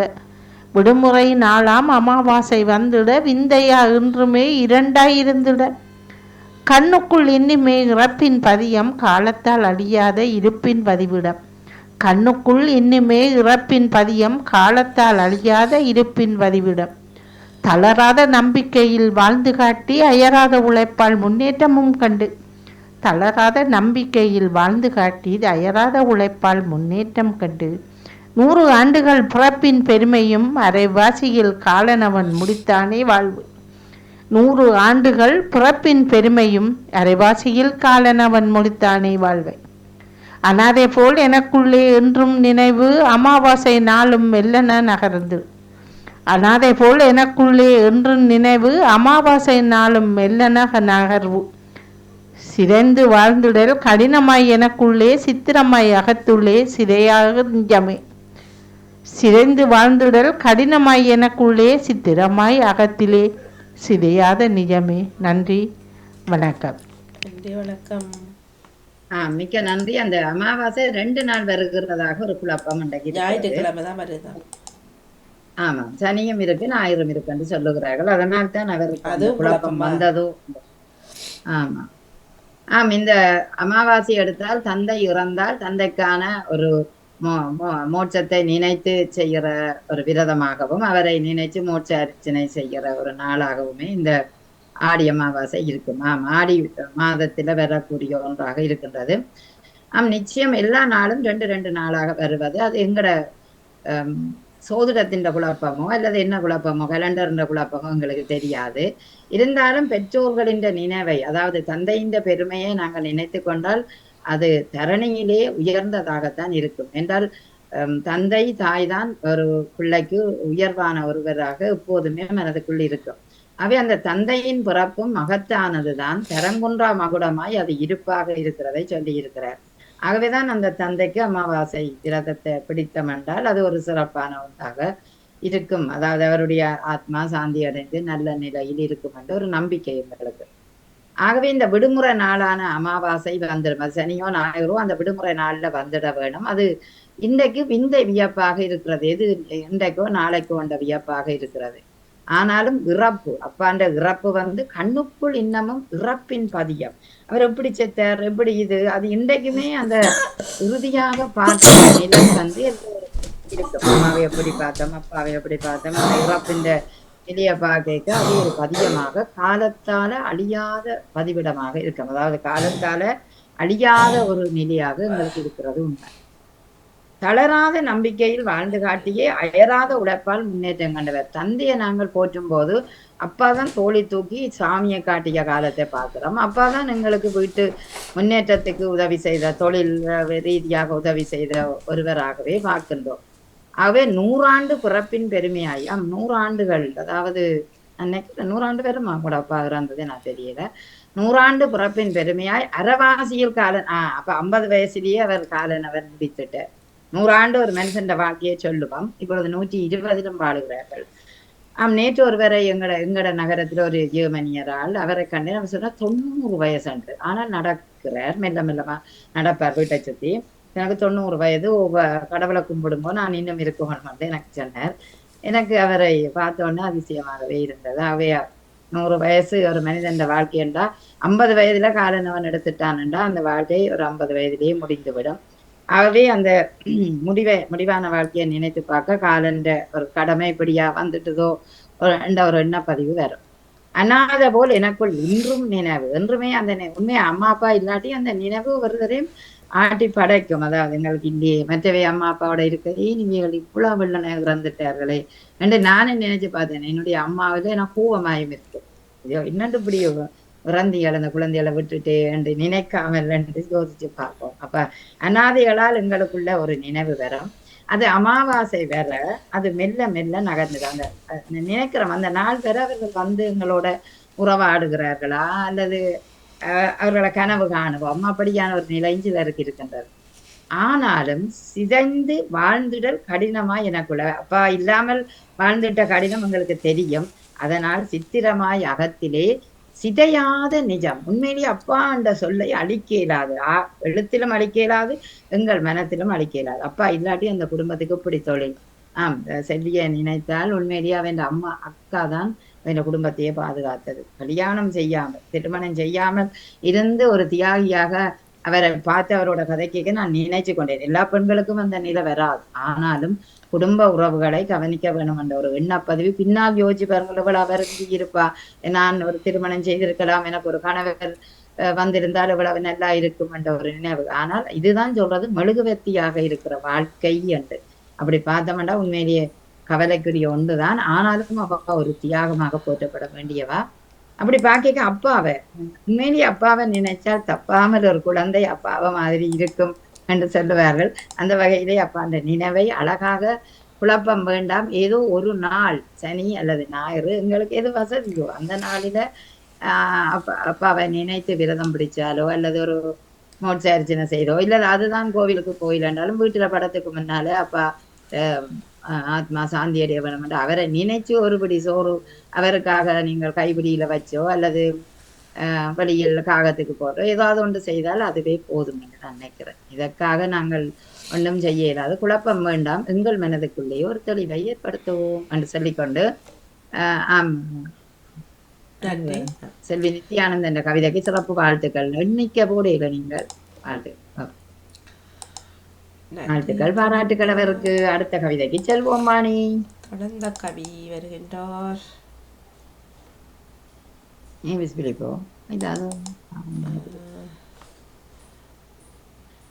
போன கிழமை கவிதைகள் தான் இருக்குது. விரல் நுனியில் இவா இருக்கிறான் சிவரூபன் உள்ள மதில் கவி வணக்கம். வியாழனுக்கான கவிதை நேரம். கவிதை இலக்கம் 1898 ஆக்கமாகும். நட்பு என்ற அழகு. வாழ்வில் நட்பென்பது அழகானது. நட்பு ஆழக்கடலின் அதிசய முத்தானது. உண்மை அன்பு உயர்வானது, பண்பானது. அழியாத நினைவுகள் கலையாத நட்பாகுது. என்றும் ஆழ்ந்த நட்பு மறந்தோ போகாது. உண்மை நட்பு உயிரிலும் மேலானது. நம்பினோர் என்றும் வெறுப்பதில் ஆகாது. இறக்கும் வரை நீடிக்கும் நட்பு வெற்றியானது. பணம் பார்த்து கூடும் நட்பு பறந்தே போனது. பள்ளி நட்பு பலதாக சுலபமாக கிடைப்பது. பல காலம் நீடிக்கும் நட்பு உயிருக்கு நிகரானது. இன்முகம் காட்டி நட்புக்கு அடையாளமாகாது. இதயமாற நேசிப்பதே உண்மை நட்பாகுது. துன்பம் வரும்போது தோள் கொடுப்பவன் நட்பானது. எந்த சந்தர்ப்பத்திலும் அருகில் நிற்பது சாதனையாகுது. நன்றி, வணக்கம். மிக்க நன்றி ஜியா நடேசன் அவர்கள். நட்பு என்ற அழகு. நட்பு ஒரு அழகானது, அது ஒரு புனிதமானது. அந்த நட்பு என்று நினைக்க எங்களோட மனதில் சொல்லும் போது அந்த நட்பு என்றதுக்கு ஒரு நல்ல வரவிலக்கணம் எங்களுக்கு இருக்கிறது. அதாவது நட்பு அழகானது தான். அது சினத்தை உருவாக்காது, கோபத்தை உருவாக்காது. உயர்வான நட்பாக நாங்கள் எப்போதும் பாதுகாத்து கொள்ள வேண்டும். இந்த நட்பு கடலின் ஆழத்தில் அதிசய முத்தாக. அந்த கடலின் ஆழத்துல தான் முத்துக்கள் எல்லாம், சிப்பிகள் எல்லாம் முத்துக்களை உருவாக்குவதில்லை. ஆனால் உருவான முத்துக்கள் சிப்பிகளால் தான் சிப்பிகள் முத்துக்களை உருவாக்கும். ஆனால் எல்லா சிப்பிகளும் முத்துக்களை உருவாக்குவதில்லை. காரணம் எல்லாம் முத்துக்களாக வராது. அங்க ஏதோ ஒன்றுதான் ஆழக்கடலில முத்தாக வருகிறது, அது அதிசய முத்தாக பார்க்கின்றோம். அதுபோலதான் உண்மை அன்பும் உயர்வானது, பண்பானது. அதாவது உண்மையான அன்பு வைக்கணும். வேசமான அன்பு வச்சால் அது எப்படி இருக்கும்? அது சில பேர் சொல்லுவேன், நான் உண்மையான அன்பு தானே, ஆனா செய்யற முழுதும் வழியில வேசமானதாக இருக்கும். அப்படி செய்தால் எப்படி உங்களோட நட்பாக கொள்ளுறது என்றதை பார்த்தோம்டா, உண்மை அன்பு உயர்வானது, பண்பானது. அது அழியாத நினைவாக ஒரு கலையாத நட்பாக இருக்கும். ஆனால் நாங்கள் உண்மையாக இருக்கிறோமா என்றதை நினைச்சு பார்த்தால் அங்க இல்லை என்ற ஒன்றும் வந்துவிடும். ஆகவே என்றும் ஆழ்ந்த நட்பு அது மறந்தும் போவாது, உயிரிலும் மேலானது. உண்மைதான். அதாவது ஆழ்ந்த நட்பு என்றைக்குமே மனதில மறந்து போகாது, அது உண்மையான உயிரிலும் மேலானதுதான். நம்பினோர் என்றும் வெறுப்பதில் அதாவது நம்பினால் கெடுவதில்லை, 4 மறை தீர்ப்பு சொல்லுவார்கள். இந்த நம்பினால் என்றும் அது வெறுப்பதற்கு ஆளாகாது. நீடிக்கும் வரை, அதாவது இறக்கும் வரை நீடிக்கிற நட்பு தான் வெற்றியானதாக இருக்கு. ஆனால் இங்கு புலம்பெயர்ந்த சூழலில தூரம் பிரிக்குது, வேகம் பிரிக்குது, நேரம் பிரிக்குது. அத்தனையிலையும் பார்த்தால் உண்மையான நட்பு இல்லவே இல்லை மாதிரி எனக்கு தோன்றுகிறது. எங்கேயும் ஒரு சில நட்பு தான் உண்மையான நட்பாக ஒரு ஏக்கத்தில் இருப்பார்கள். நாங்கள் அவருடைய கதைக்கு போகணும், இவரோட பழகணும், போகணும் என்று. சில நட்புகள் ஏனோ தானே வந்து இருப்பார்கள். அப்படியான நட்பை உண்மையான நட்பு என்று நாங்கள் சொல்ல முடியாது. பணம் பார்த்து கூடும் நட்பு பறந்தே போகும், நிச்சயம். அதாவது பணத்துக்காக நீ நட்பு வை அல்லது எதிர்பார்த்த ஒரு நட்பு வை, அது பறந்துதான் போகும். பள்ளி நட்பு, இன்றைக்கும் பள்ளி நட்பு நினைச்சீங்கன்னா எல்லாருக்கும் முதல் உருவாகிற நட்பு 1ஆம் வகுப்பில் பள்ளி நட்பு தான். நட்பில் முதல் உருவாகுது பள்ளி நட்பு. ஆகவே பள்ளி நட்பு எப்போதுமே உயிருக்கு நிகரானதுதான். இன்முகம் காட்டின நட்பு அடையாளமாகாது. ஏன் இன்முகம் காட்டின நட்பு அடையாளமாகாது என்று சொல்றீங்கள்? இன்முகம் காட்டி உங்களோட நட்பை நான் ஏற்றுக்கொள்ளுகிறேன் என்றால் அது எங்களுக்கு ஒரு நட்புக்கு அடையாளமாகத்தான் இருக்கும். அதே அடையாளம் ஆகாது என்று சொல்லி இருக்கிறேன். சும்மா வேசமா காட்டுற நட்பாக இருந்தால் ஓகே ஆயிடும். ஆனா இன்முகம் உங்களோட நான் உறுதியாக உங்களோட அன்பு வைக்க விரும்புகிறேன் என்று காட்டுகிற நட்பு வந்து ஒரு நட்புக்கு அடையாளமாகத்தான் இருக்கு. அங்க நட்புக்கு அடையாளம் சிரிக்காம நட்பு கொள்ள இயலாது. மூமெண்ட் இருந்துட்டு நான் உங்களோட நட்புன்னு சொல்ல இயலாது. அது சிரிச்சு குதூகலிச்சு பழகிற நட்புத்தான் அடையாளமான ஒரு நட்பாக இருக்கு. இதை மாற நேசிப்பது உண்மை நட்பு. அது உண்மைதான். அதாவது உங்களோட இதயபூர்வமாக நேசிப்பது. துன்பம் வரும்போது தோள் கொடுப்பவன் நண்பன். எப்போதும் சொல்லுவோம், இன்பத்திலும் துன்பத்திலும் அந்த உயிரை கொடுப்பவன் தான் உண்மையான நண்பன். ஆகவே சந்தர்ப்பத்திலும் அருகில் நிற்கும் ஒரு நட்பு தான் சாதனைக்குரியது. அதை எப்படி பார்ப்போம்னா, இறந்த பின்னர் எத்தனை பேர் வந்து நிற்பார்கள், இறந்த பின்னும் அந்த நட்பை நேசிக்கிறவர்கள் இவர்களாக இருக்கின்றார்கள் என்று பார்த்தோம்டா அப்போதுதான் தெரியும், ஐயோ நான் நீண்ட காலம் அவரோட நட்பு கொண்டேன், இப்பொழுது இறப்பு வீட்டிலும் என்னால் வர முடியவில்லை என்று நினைக்கிற அந்த நட்பு விட உண்மையான நட்பு வாழுங்காலத்தில் இருந்தால் நிச்சயம் அது பலனை அளிக்கும். ஆகவே எந்த சந்தர்ப்பத்திலும் அந்த நட்பு முன்னுக்கு ஓடி வந்தால் அதுதான் உண்மையான நட்பு. ஆகவே நட்பென்ற அழகுக்கு உண்மை நட்பு ஆழமானது, உறுதியானது, உயர்வானது, அதுதான் பண்பான நட்பாக இருக்கும் என்றதை அவருடைய கவிதை மூலம் சொல்லிக் கொள்கிறோம். சிறப்பான வாழ்த்துக்கள், பாராட்டுக்கள் ஜியா நடேசன் உங்களோட கவிதை. நன்றி.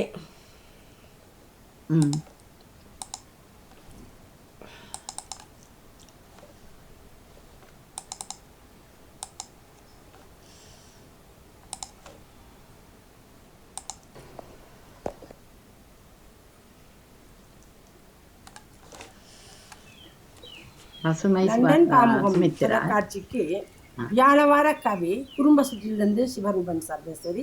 வணக்கம் நடாமுகன் அவர்களே, வாணிமுகன் அவர்களே, கவி நெஞ்சம் கொண்ட அனைவருக்கும் இந்நேர வணக்கத்தையும் வாழ்த்துக்களையும் கூறிக்கொண்டு எனது கவி உள்ள மதில் ஏற்றிடுவாய்.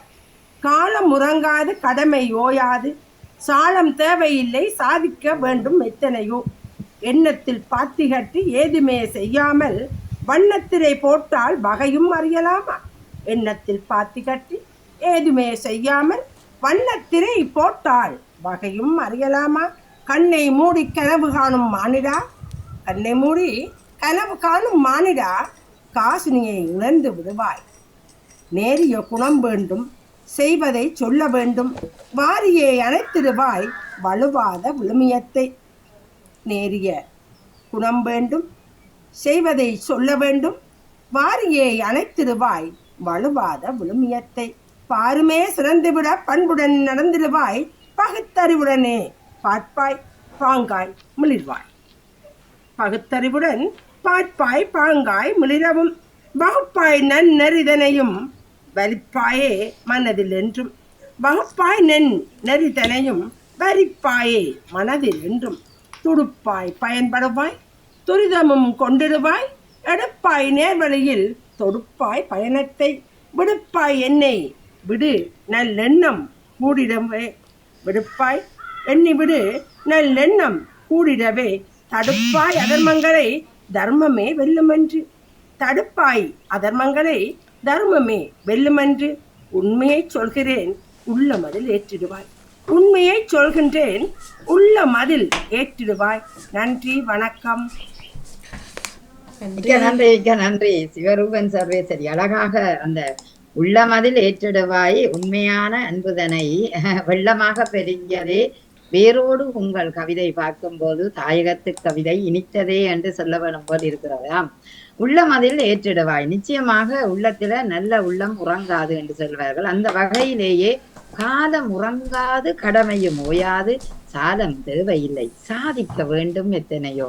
நிச்சயம் உங்களோட வயசுல நீங்கள் அழகாக வெளியிலிருந்து செய்கிற அந்த கவிதை நேரம் உண்மையிலேயே மிக மகிழ்ச்சியாக இருக்கின்றது. அந்த கவிதை ஒரு இயற்கையோட இணைந்து ஒவ்வொரு முறையும் அந்த குரல் கொடுக்கும்போது உங்களோட குரலும் ஒரு இனிமையான குரலாக இருக்கின்றது. வாழ்த்துக்கள் உங்களுக்கு முதல்ல. அந்த காலம் தன்னை கடமையை செய்யுது. ஆனால் நாங்கள் சாதிக்க வேண்டும் அந்த காலத்திலண்டு எண்ணத்தில பாத்தி கட்டி ஒன்றும் செய்யாமல் மனிதன் இறந்து போறது உண்மையிலேயே கூடாத ஒன்று. எங்களை படைத்தவன் இறைவன். நாங்கள் இன்னும் படைக்க வேணும், அந்த இழ வேணும், அதற்கு சாதனையோடு இழ வேணும் என்பதை உங்களோட கவிதை எங்களுக்கு கட்டியங்கூறி நிற்கிறது. வண்ணத்தில போட்டால் வகையாக அறியலாம் தான், கண்ணை மூடி கனவு காணும் மானடா, காசினியை உணர்ந்தெடுத்துவாய். நிச்சயம். அதாவது ஒவ்வொரு மனிதனும் நீ ஒன்றும் செய்யாமல் இருக்கிற மனிதனை பார்த்து பூமி கூட கேட்குமாம், ஏன் சும்மா இருக்கிறாய், சும்மா இருக்காதே, துணிந்து சிலவற்றை செய்ய முயன்றிடு. அவை அந்த காசினி, அதாவது பூமி கூட உணர்ந்திடும். அதாவது நீ கண்ணை மூடி கனவு காண்பது மட்டும் இல்லை, அந்த கனவை நிறைவேற்றக்கூடிய நிலைக்கு நீ வாழ்ந்து காட்ட வேணும் என்பதைத்தான் காலம் நமக்கு உணர்த்தி நிற்கின்றது. சீரிய குணம் வேண்டும், செய்வதை சொல்ல வேண்டும், வாரியே அணைத்திடுவாய் வலுவாத விழுமியத்தை. அந்த எப்போதுமே ஒன்று செய்ய எங்களுக்கு நல்ல குணம் வேண்டும். அந்த குணம் நாங்கள் செய்கிறதை சொல்லக்கூடியதாக இருக்கும். அதே அந்த நல்லதை செய்யும் போது எங்களை வலுவாத விழுமியத்தையும் பாதுகாக்கக்கூடிய ஒரு நிலை வரும். அதாவது நாங்கள் பண்பாடு, விழுமியம், தமிழர்களாக இருந்தோம்னா எங்களோட விழுமியத்தையும் காக்க வேண்டும் என்பதை அவர் அழகாக சொல்லுகிறார். அந்த பண்புடன் நடந்தால் பார்க்கூட உங்களை பெருமையாக பேசிடும். பகுத்தறிவுடனே பார்ப்பாய் பாங்காக முடிடவுமாம். அந்த அறிவு கொண்டு முடிடும் போதுதான் ஆனந்தமான வாழ்க்கை உங்களுக்கு எப்போதுமே கிடைக்கும். அதனால வகுப்பாய் நன்னறிதனை வரிப்பாய் மனதில் என்றும் துடுப்பாய் பயன்படுவாய் துரிதமும் கொண்டிடுவாய். நன்னெறிகளை வகுத்து வாழ்ந்தமென்றால் மனதில ஒரு துடுப்பாக எங்களுக்கு துரிதமாக வேலை செய்யக்கூடிய பயன் தரும். அதுலதான் முதல் இறை வழிபாடு. ஒவ்வொரு மனிதனும் இறைவனை நீங்க கும்பிட போய் கோயில அப்படியே கையை கட்டிக்கொண்டு அப்படி நிக்கிறதால் அது வணக்கம் அல்ல. கோயிலுக்கும் போக வேண்டாம், உங்களோட வீட்டிலேயே நீங்கள் இருந்து ஒரு தியானித்து இறைவனை வழிபடும் போது உள்ளமதில் மன அமைதி கிடைக்கும். நிச்சயம் 5 நிமிஷம் செய்து பாருங்கள். நீங்கள் நினைக்கிற கடவுளை மனக்கண் கொண்டு ஒரு 5 நிமிஷம் ஓய்வாக இருந்து கண்ணை மூடி தியானிங்கள். உங்களோட மனதில் ஒரு நல்ல எண்ணம் பதிவாகும். அது செய்து பாருங்கள், நிச்சயம். அப்போது ஒரு பூரிப்பான ஒரு அதை முடிச்சிஞ்சால வெளியில வரைக்க பூரிப்பான மனநிலை உங்களுக்கு கிடைக்கும். அதனால் நேர்வழி வரும், பண்பு வரும், அன்பு வரும். எங்களோட பயணம், வாழ்க்கை பயணத்தை இலகுவாக கொண்டு போக மகிழ்ச்சியாக இருக்கும். எடுப்பாய் நேர்வழி தொடுப்பாய் பயணத்தை. அது எப்படி அந்த பயணம் இலகுவாகுது எல்லாருக்கும்? சில பேருக்கு கடினமாகுது வாழ்க்கை. ஏனென்று பார்த்தோம்னா எங்கள்லதான் எல்லா தவறும் இருக்கு. நன்றும் தீரும் பிறர் தர வர நாங்க தான். ஆகவே நாங்கள் நல்லவர்களான முதல்ல இருக்க வேண்டும். அதுக்கு அவர் அழகாக சொன்னார், யாரும் சிறந்திடவே பண்புடன் நடந்திடுவாய், பாரும் சிறந்திடுவாய். பாரண்டா பூமி, பூமி சிறந்திடவே பண்புடன் நடந்திடுவாய், பகுத்தறிவுடனே பார்ப்பாய் பாங்காய் முடித்தவன். மற்றவர்களோடு சேர்ந்து நீ பாங்காக முடிட வேண்டும். ஆகவேதான் விடுப்பாய் எண்ணி விடு நல்லெண்ணம் கூட்டிடவே. நல்ல எண்ணத்தை மனதில் விதைக்க வேண்டும். அது அதர்மங்களை எல்லாம் தடுக்கும் தர்மத்தை வைத்தோம். இப்பொழுது யாழ்ப்பாணத்துல அர்ஜுனாண்ட கதையை எடுத்தோம்னா அது எங்கேயோ ஒரு இடத்த அதர்மம் சூதுகாப்பும் என்று சொல்வார்கள், தர்மம் வெல்லும். எங்கேயோ ஒரு இடத்தை வெல்ல வேண்டிய தேவை வரும். உண்மையை சொல்லுகிறேன் உள்ளமதில் ஏற்றிடுவாய், உண்மையை சொல்லுகிறேன் உள்ளமதில் அன்பை ஏற்றிடுவாய், அனுதினம் அதற்காக உழைத்திடுவாய், கடமையை தவறாது செய்திடுவாய், காலம் உன்னை பார்த்திருக்கும். ஆகவே சாதிக்க வேண்டும் என்ற எண்ணத்துடன் உன் கடமையை எப்போதும் செய்திடு. நிச்சயம் காலம் கைவிட மாட்டது, உங்களுக்கு எப்போதுமே உதவி கொண்டுதான் இருக்கும் என்று சொல்ல வேண்டும் போல் அவருடைய கவிதை இருந்தது. நல்ல ஒரு வரி, அதாவது தன்னம்பிக்கை ஊற்ற வரிகளாக உங்களோட கவிதை இருந்தது. நிச்சயம் தேவை நல்ல எண்ணம், நல்ல நெறி, நல்ல பண்பு அத்தனையுமே உங்களுக்கு வளர வேண்டும் என்பதை சுட்டிக்காட்டிய ஒரு கவிதையாக இருக்கிறது. மிகச் சிறப்பான வாழ்த்துக்கள், பாராட்டுகள் சர்வேஸ்வரி சிவரூபன் அவர்களே. நல்ல இயற்கைக்குள் இருந்து தந்திருந்தார். மிக அந்த அமைப்பு நல்ல அவர் மரத்துக்கு கீழே வீட்டுக்கு அப்படித்தான் சுற்றும் சூழலும் வச்சிருக்கிறார் போல. மிக அழகாக இயற்கையோட சேர்ந்து வாழ்றார். நல்லது. உண்மையா ஒரு முறை போனால் அவரை காணவன் இலங்கைக்கு போனான்னு யோசிச்சேன். ஆமா, பாருங்கள். வணக்கம். வணக்கம். கவிதை இலக்கம் 18, தலைப்பு பசுமை. மேகத்தால் துகில்விலக கதிரவன் கண்மயங்க, மின்னலில் வானம் சிரிக்க, முழங்கிய இடியினில் பார்மகள் விழிக்க, முழங்கிய இடியினில் பார்மகள் விழிக்க, பூமாலை தொடுத்தால் கார்மகள், கலித்தாடி மகிழ்ந்து கண் திறந்தன பசுமை, கலித்தாடி மகிழ்ந்து கண் திறந்தன பசுமை. நன்றி, வணக்கம். அவ்வளவுதான். அவ்வளவுதான். சிறப்பான வாழ்த்துக்கள் சுமித்ரா. அழகாக அவரை நின்று கொண்டு கவிதையை நல்ல வடிவாக வாசிச்சிருக்கிறார். கவிதை இலக்கம் 18 வருபவர் சுமித்ரா தேவி. தலைப்பு பசுமை. நிச்சயம் அந்த பசுமை எங்கள் கண்முன்னே இன்று விரித்து நிற்கின்றது இயற்கை. மேகத்தாள் துகில் விலக கதிரவன் கண்மயக்க மின்னலில் வானன் சிவக்க முழங்கிய இடிதனில் பார்மகள் விழிக்க. அதாவது ஒரு பசுமை எப்படி வருகிற என்றால் அந்த விதையில இருந்து பயிர் உருவாகுது. ஆனால் மேகத்தில துளிக்கின்ற அந்த கதிரவன் ஒளியோட இருக்கின்ற அந்த மழை துளிதான் எங்களை அந்த பயிரை வளர வைக்க உருவாக்குது. அதாவது பயிரை வளர வைக்குது. அது இதுக்கு அவர் எவ்வளவு அர்த்தத்தை சொல்லியிருக்கிறார். மேகத்தால் துயில் விலக. என்ன மேகம் எல்லாம் விலகி விட்டா தான் சூரிய ஒளி வரும். அப்ப அந்த சூரிய ஒளி வரைக்க மழை வரப்போகுது. அப்ப மின்னலில் வானம் சிலிர்க்க. அப்படியே வானம் வந்து மின்னல் ஒட்டி முழக்கம் அத்தனையோட வந்து பார்மகள் பிடிக்க. அப்ப உடனே பூமி ஐயோ மழை வரப்போகுதுன்னு ஏந்தி நிக்கிற மாதிரி ஒரு தோற்றத்தை அவர் அழகாக செஞ்சிருக்கிறார். வானம் கவிழ மழை நீர் கொட்ட என்றும் ஒரு கவிஞர் எழுதுறார். வானம் கவிழ மழை நீர் கொட்ட. அப்ப வானம் கீழே பார்த்து கொண்டிருந்து மழை நீரை தருகிறது. ஒவ்வொரு கவிஞருக்கும் ஒவ்வொரு வித்தியாசமான உணர்வுகளை கொண்டு வருவார்கள். அந்த வகையிலேயே பார்மகள் விழிக்க பூமழை தொடுத்தாள். இங்கு பூவாகிய மழை பூவாகிய மழையா அல்லது நீராகிய மழையா என்று கேட்க, நீராகிய மழை பெய்யும் போதுதான் பூவாகிய மழை வந்து பூத்து நிற்கக்கூடிய வாய்ப்பு வரும். அவை கார் மகள் கழித்தாடி மகிழ்ந்து கண் திறந்தன. கார் மகள் என்று நாங்கள் சொல்லுவோம். அப்படின்னா வானம் இருட்டாக இருந்தால் கார் காலம் என்று சொல்லுவோம். அப்ப கார் மகள் அந்த இருட்டாக இருக்கிற மப்பு நேரம், வானம் கருத்திருந்தால் எங்களுக்கு தெரியும் மழை பெய்ய போகுது. அப்ப ஒரு களிக்குத்தாடி அந்த நேரம் தான் மயிலுக்கு ஆசையாக இருக்கும். அந்த நேரம் மயில் ஆடும் என்று சொல்லுவார்கள். தோகை விரித்து ஆடும். அந்த களித்தாடி அந்த நேரம் கார்மகளும் களித்தாடி மகிழ்ந்து கண் திறந்தன என்று அங்க மழை வருகுது. ஆகவே பசுமையாக இருக்குது என்று பார்த்தோம்னா எல்லா புற்களும் வளர்ந்து பயிர்களும் வளர்ந்து பசுமையாக இருப்பதை சுமித்திரா தேவி, மித்திரா என்றும் அவரை சொல்றதாமா, மித்திரா அழகாகவே நீங்களும் அந்த பசுமையை வியந்திருக்கிறீர்கள். மிகச் சிறப்பான வாழ்த்துக்கள். நல்ல கற்பனை, நல்ல எண்ணம். அதே நேரம் அந்த நீங்கள் பார்த்த அந்த வரிகள் அத்தனையுமே அழகாக இருந்தன. இப்படியே எழுதுங்கள். நல்ல ஒரு வித்தியாசமான ஒரு படைப்பு உங்களுக்கு உருவாகும். பசுமை, அது இனிமை, அது புதுமை எங்களுக்கு தந்தது. நன்றி, வணக்கம். சிறப்பான வாழ்த்துக்களும் பாராட்டுகிறேன். நன்றி. காணொலி கவிகள் நிறைவுக்கு வர இப்பொழுது நாங்கள் வரி கவிகள் ஒருவர் தான் இருக்கிறார் போல தெரியுது. வசந்தாக்கா Nevis Philip sir, Vasantha Jeyasan இருக்கிறார், நேவிஸ் பிலிப் சார் இருக்கிறார்கள். மன்னிப்போட நான் காலையில தான் பதிவிலையும் போட்டிருக்கிறேன், வரையில போல இருக்குது. நான் அப்ப நான் நேரடியாகவே சாகரம் கவிதையை. சரி, நீங்களே தான். இப்ப முடிஞ்சதா பதிவு கவிதைகள் எல்லாம்? நான் காலையில தான் பதிஞ்சு விட்டேன். நீ பதிவில இருக்கட்டும் கொண்டு இருக்கும். நான் நேரடியாக தரலாமா? இப்ப வீடியோ போடுங்க.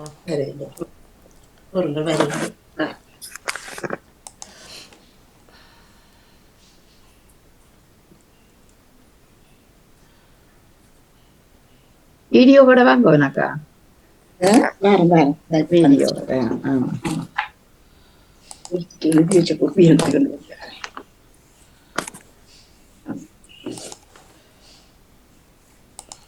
அனைவருக்கும் அன்பான காலை வணக்கத்தை கூறிக்கொண்டு பாமுக உறவுகளுக்கும் திருநடாமுகன் அவர்களுக்கும் என்னுடைய அன்பான வணக்கம். கவிதை நேரத்திற்காய் நேவிஸ் பிலிப். கவிதை இலக்கம் 142. ஆமா, தலைப்பு பெருமை சேர்க்கும் சாதனைகள். பெருமை சேர்க்கும் சாதனைகள். பகை கொண்டு போர் தொடுத்து அழிப்பதல்ல நாட்டுப்பற்றி. பகை கொண்டு போர் தொடுத்து அழிப்பதல்ல நாட்டுப்பற்றி. போட்டிகளில் பங்கெடுத்து தீரமாய் விளையாடி சாதனைகள் பல புரிந்து. போட்டிகளில் பங்கெடுத்து தீரமாய் விளையாடி சாதனைகள் பல புரிந்து பதக்கங்கள் வென்றெடுத்ததே உண்மையான நாட்டுப்பற்று. சாதனைகள் பல புரிந்து பதக்கங்கள் வென்றெடுத்தலே உண்மையான நாட்டுப்பற்று. நட்புறவை வளர்த்தெடுக்க ஒற்றுமையாய் இணைய. நட்புறவை வளர்த்தெடுக்க ஒற்றுமையாய் இணைய நேச நாடுகளை அழைத்து விளையாட வைப்பதே தனிச்சிறப்பு. நேச நாடுகளை அழைத்து விளையாட வைப்பதே தனிச்சிறப்பு. தினம் தினம் வீர தீர விளையாட்டுக்கள்.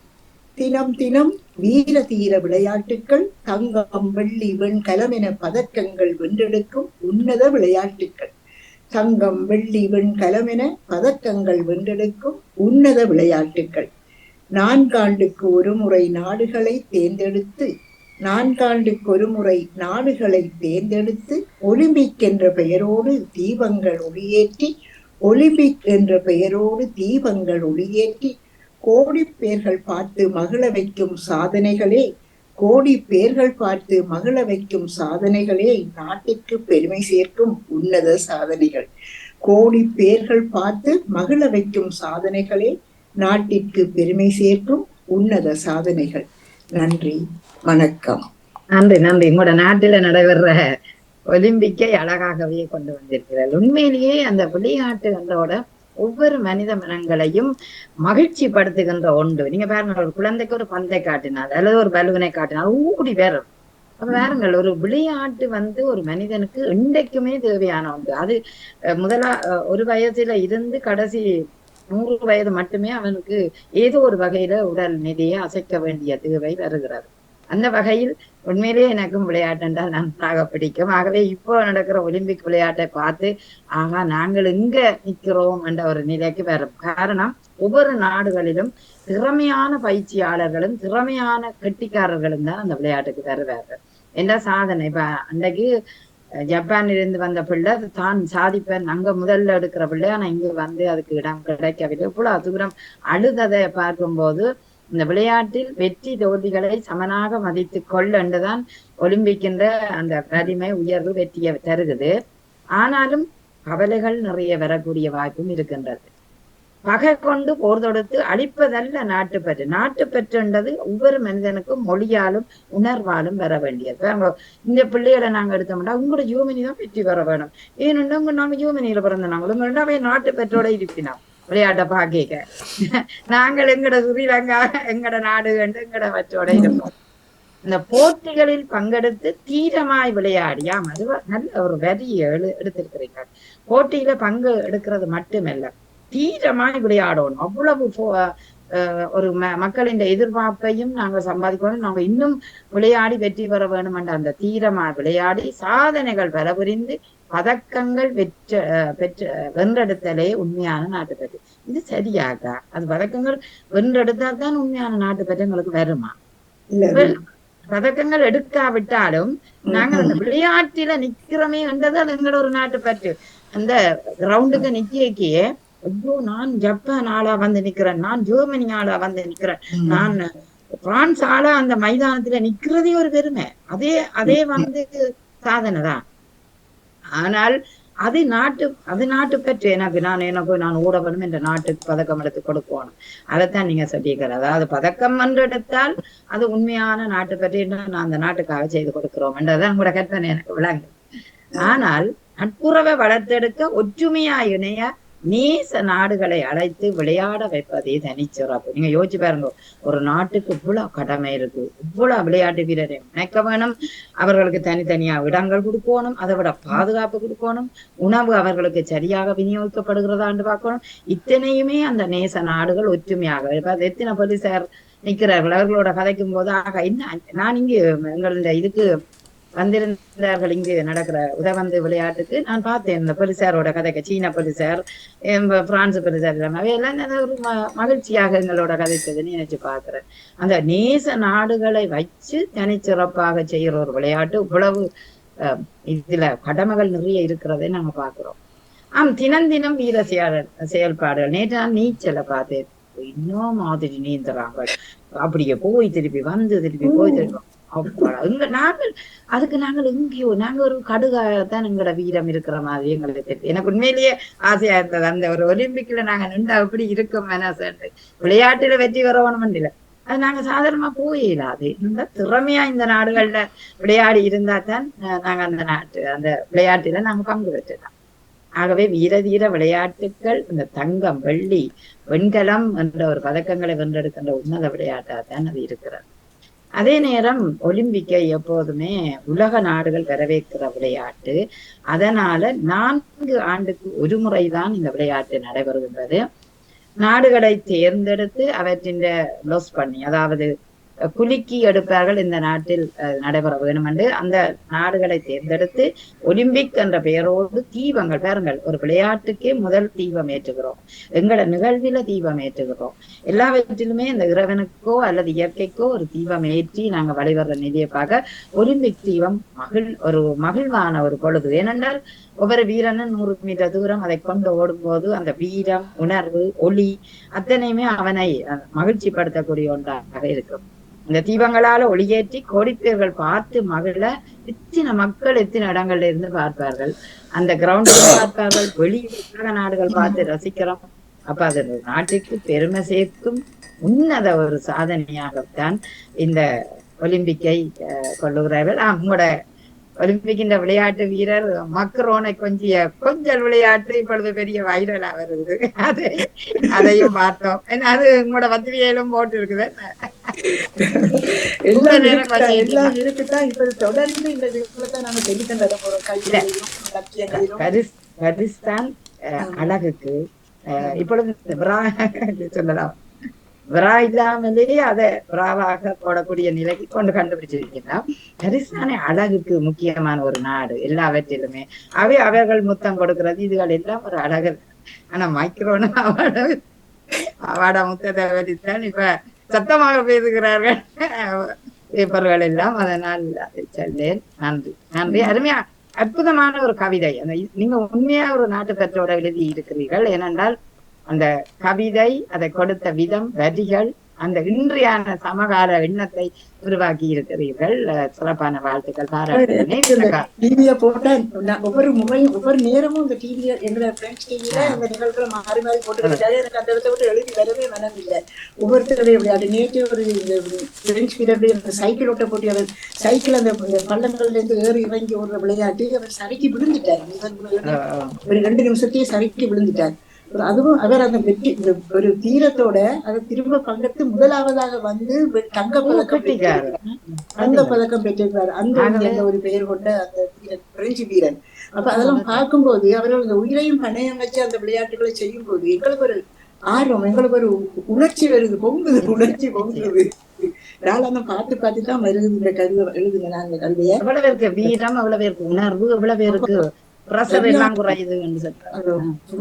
உணர்ச்சி. இந்த நாட்டுக்காக நாட்டுக்காக சொல்லி எப்படி நாட்டு பிள்ளைகள், ஆண்கள் பெண்கள் இருவரும் நீச்சலாக இருக்காங்க. கடல்ல அந்த அலைகளுக்குள்ள வார இந்த இதுகள் அதெல்லாம் ஒரு பயங்கரமான ஒரு விளையாட்டு தான்.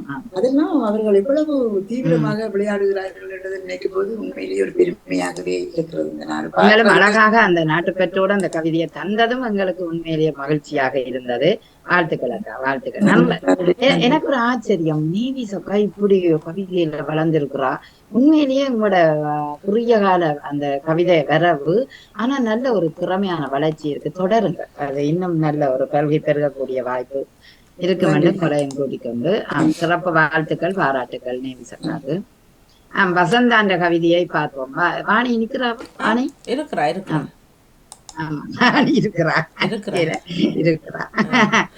சரி, வசந்தாண்ட கவிதை 2 பேரும் வாசிப்போமா இல்ல நான் வாசிப்பேன்? மூலதனம் நிச்சயமான ஒரு புதிய ஒரு தரப்பில் மூலதனம். தேவைக்கு ஏற்ப தேவைப்படும் தேசங்கள் முழுதும் தேடப்படும். தேவைக்கு ஏற்ப தேவைப்படும் தேசங்கள் முழுதும் தேடப்படும். மூலப்பொருளாய் மூலதனம் முதலீடாகும் முழு உலகம். மூலப்பொருளாய் மூலதனம் முதலீடாகும் முழு உலகம். வாழ்வுக்கு இதுவே அத்திவாரம், வருமானத்திற்கு வாழ்வு தரும். வாழ்விற்கு இதுவே அத்திவாரம், வருமானத்திற்கு வாழ்வு தரும். உறவுக்குள் உரிமை குரல் எழுப்பும், நட்புக்கள் நம்பிக்கை உரம் கொடுக்கும். அறிவுக்கு கல்வியாக அடிபதிக்கும், அன்புக்கும் இதுவே அடிப்பலம் கொடுக்கும்.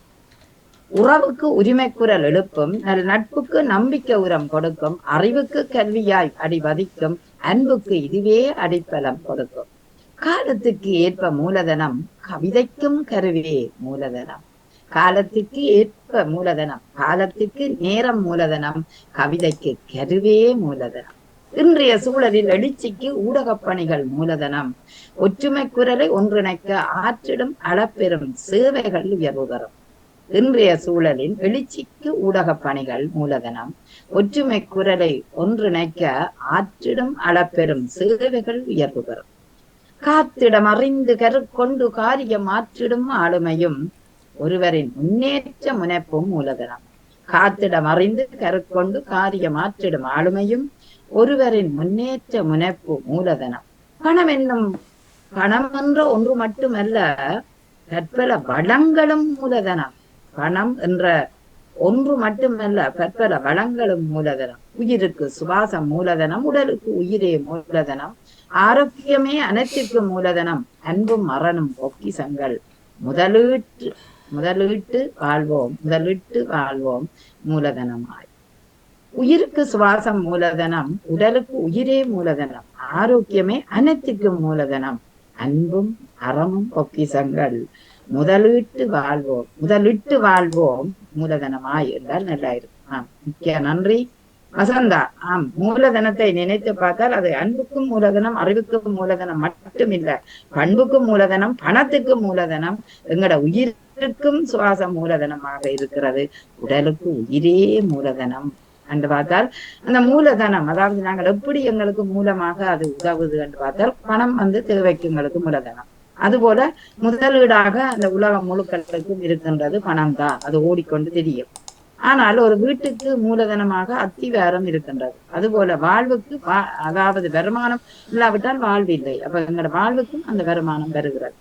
இப்படி பார்த்தோம்னா நம்பிக்கைக்கு உரம் கொடுக்கும், அறிவுக்கு கல்வியாக அடிவதிக்கும். கல்வியையும் நாங்கள் பணத்தாலதான் பெற வேண்டிய தேவை காலப்போக்கில இருக்கு. சின்ன வயதுகள்ல இல்லாட்டியும் பெரிய பல்கலைக்கழகங்கள் போன்றவற்றில அல்லது மேலதிகமாக படிக்க எல்லாம் மூலதனம் எங்களுக்கு தேவையாக இருக்கிறது. அடுத்தது மிக முக்கியமான மூலதனம், காலத்துக்கு நேரம் மூலதனம், ஆனால் கவிதைக்கு கருவே மூலதனம். அருமையாக இருக்கிறது இந்த ரெண்டு வரியும். காலத்துக்கு நேரம் மூலதனம், கவிதைக்கு கருவே மூலதனம். அப்ப இன்றைய சூழலில இந்த ஊடக பணி என்பது, இப்ப இந்த கவிதையை நாங்கள் எழுதி போட்டு வச்சிருக்கலாம். ஆனா இப்ப பாமுக ஊடகம் இருக்கிறபடியா தானே உங்களுக்கு காட்டி கொண்டு இருக்கிறது. அவை இந்த காட்சி ஊடகம் கூட உங்களுக்கு ஒரு மூலதனம் தான்.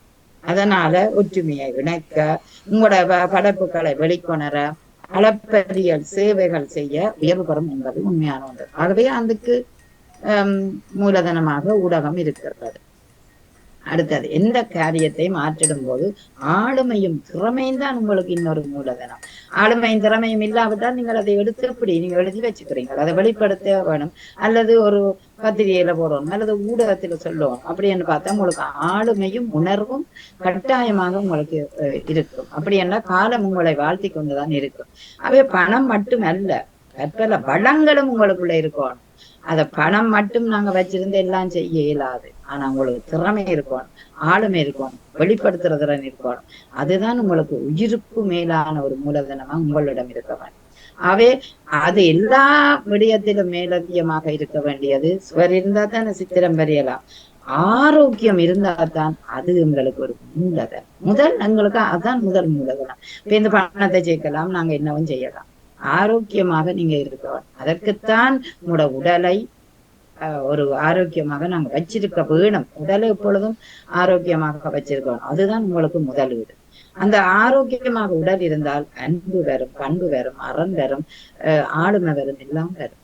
ஆகவே முதலீட்டு வாழ்வோம் மூலதனம். ஆகவே எல்லாம் முதலீட்டு வாழ வேண்டிய தேவை எங்களுக்கு இருக்கிறது. உங்களோட ஆளுமையும் ஆற்றலும் உங்களோட திறமையும் அதே நேரம் உங்களோட ஆரோக்கியம் தான் எப்போதுமே உங்களுக்கு அதாவது மூலதனமாக இருக்கும் என்பதை அழகான ஒரு தலைப்பு ஊடாக பலவிதமாக பேசக்கூடிய ஒரு வாய்ப்பு தந்த வசந்தா யோதிசனோட கவிதை மிகச் சிறப்பாக இருந்தது. வாழ்த்துக்கள், பாராட்டுக்கள். நன்றி.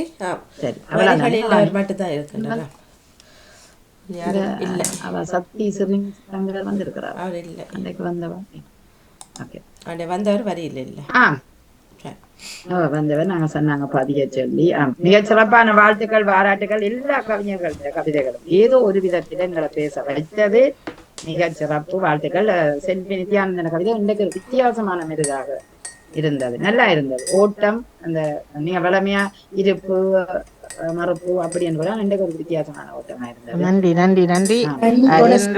செல்வி மன்னி போட்டு நான் ஒரு நிமிஷம் நான் லக்கடி சொல்லி போட்டு நான் ஒரு வெளியில போறேன், போறேன்.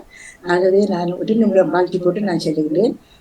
மன்னிப்போட இன்றைய கவிதைகள் அனைத்தையும் நான் கேட்டுக்கொண்டிருந்தேன். மிகவும் சிறப்பான கவிதைகளாக அமைந்திருக்கிறது. எல்லோருமே பதிவு கவிதைகளாக இருந்தது. வரியில் 2 கவிதைகள் மிகவும் சிறப்பான கவிதைகள். எல்லோருக்கும் வாழ்த்துக்களை கூறிக்கொள்கிறேன்.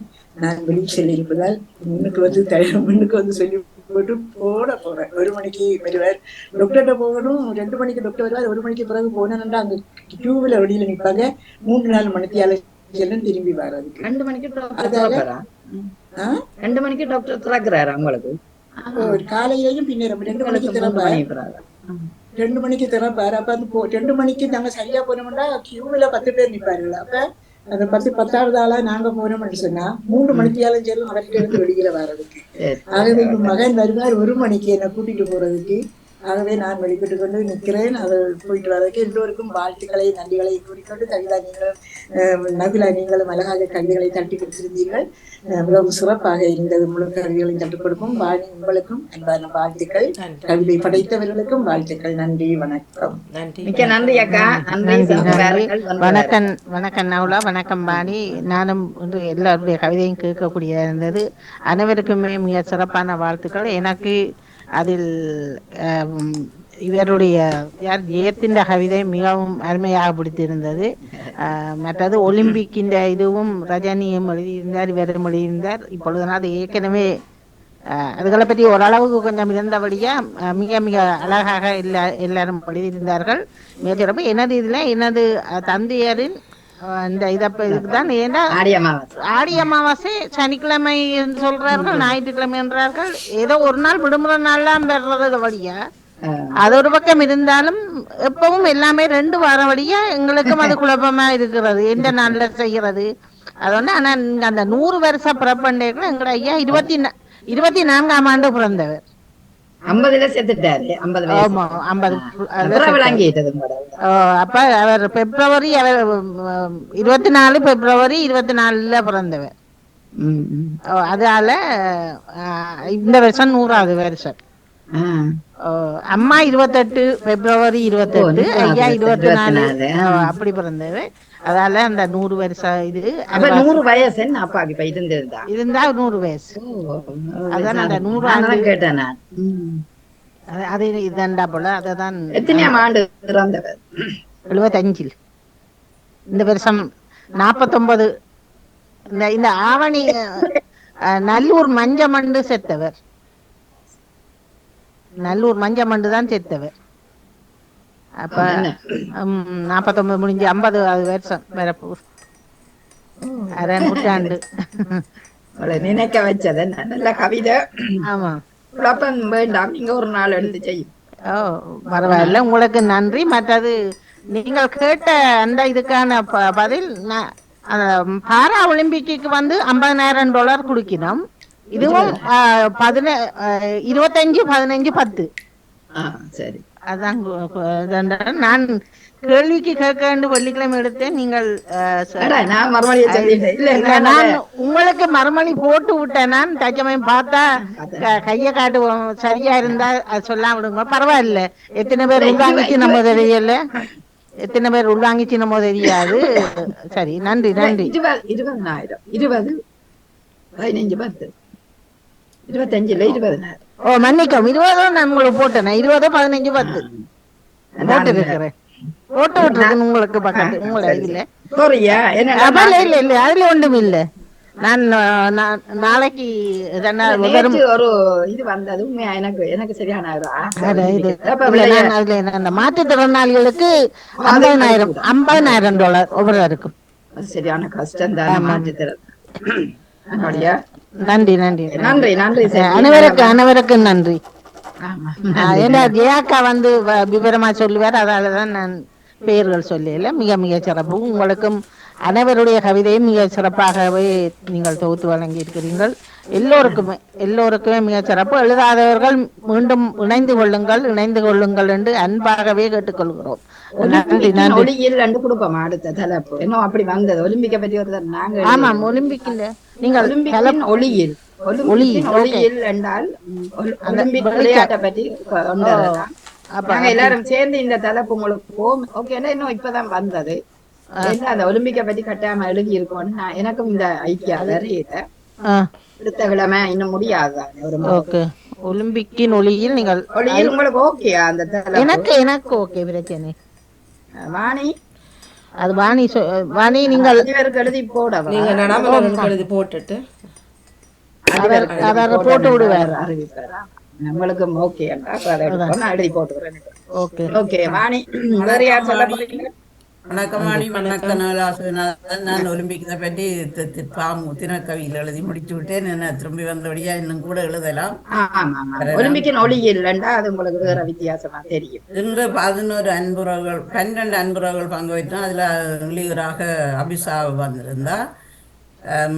நவலா சிவநாதன் விந்தையான் மலர்களை பற்றி இப்போ மலர்கள் எல்லாம் பூத்து குலுங்கி எல்லாம் அழகழகாக காட்சிகளில் மலர்கள் மனதை மயக்கும் என்றது. அது உண்மையாகத்தான் அது என்று சொல்லி அந்த கவிதை வந்து அகவல்ல எழுதினா அது மரபின் ஒரு வகை அகவல்ல எழுதினா. ராணி சம்பந்தர் தொடரும் மர்மம் என்று சொல்லி இப்ப மருத்துவ சிக்கல்களை பற்றி சீர்கேடுகளை பற்றி சொல்லியிருந்தார்.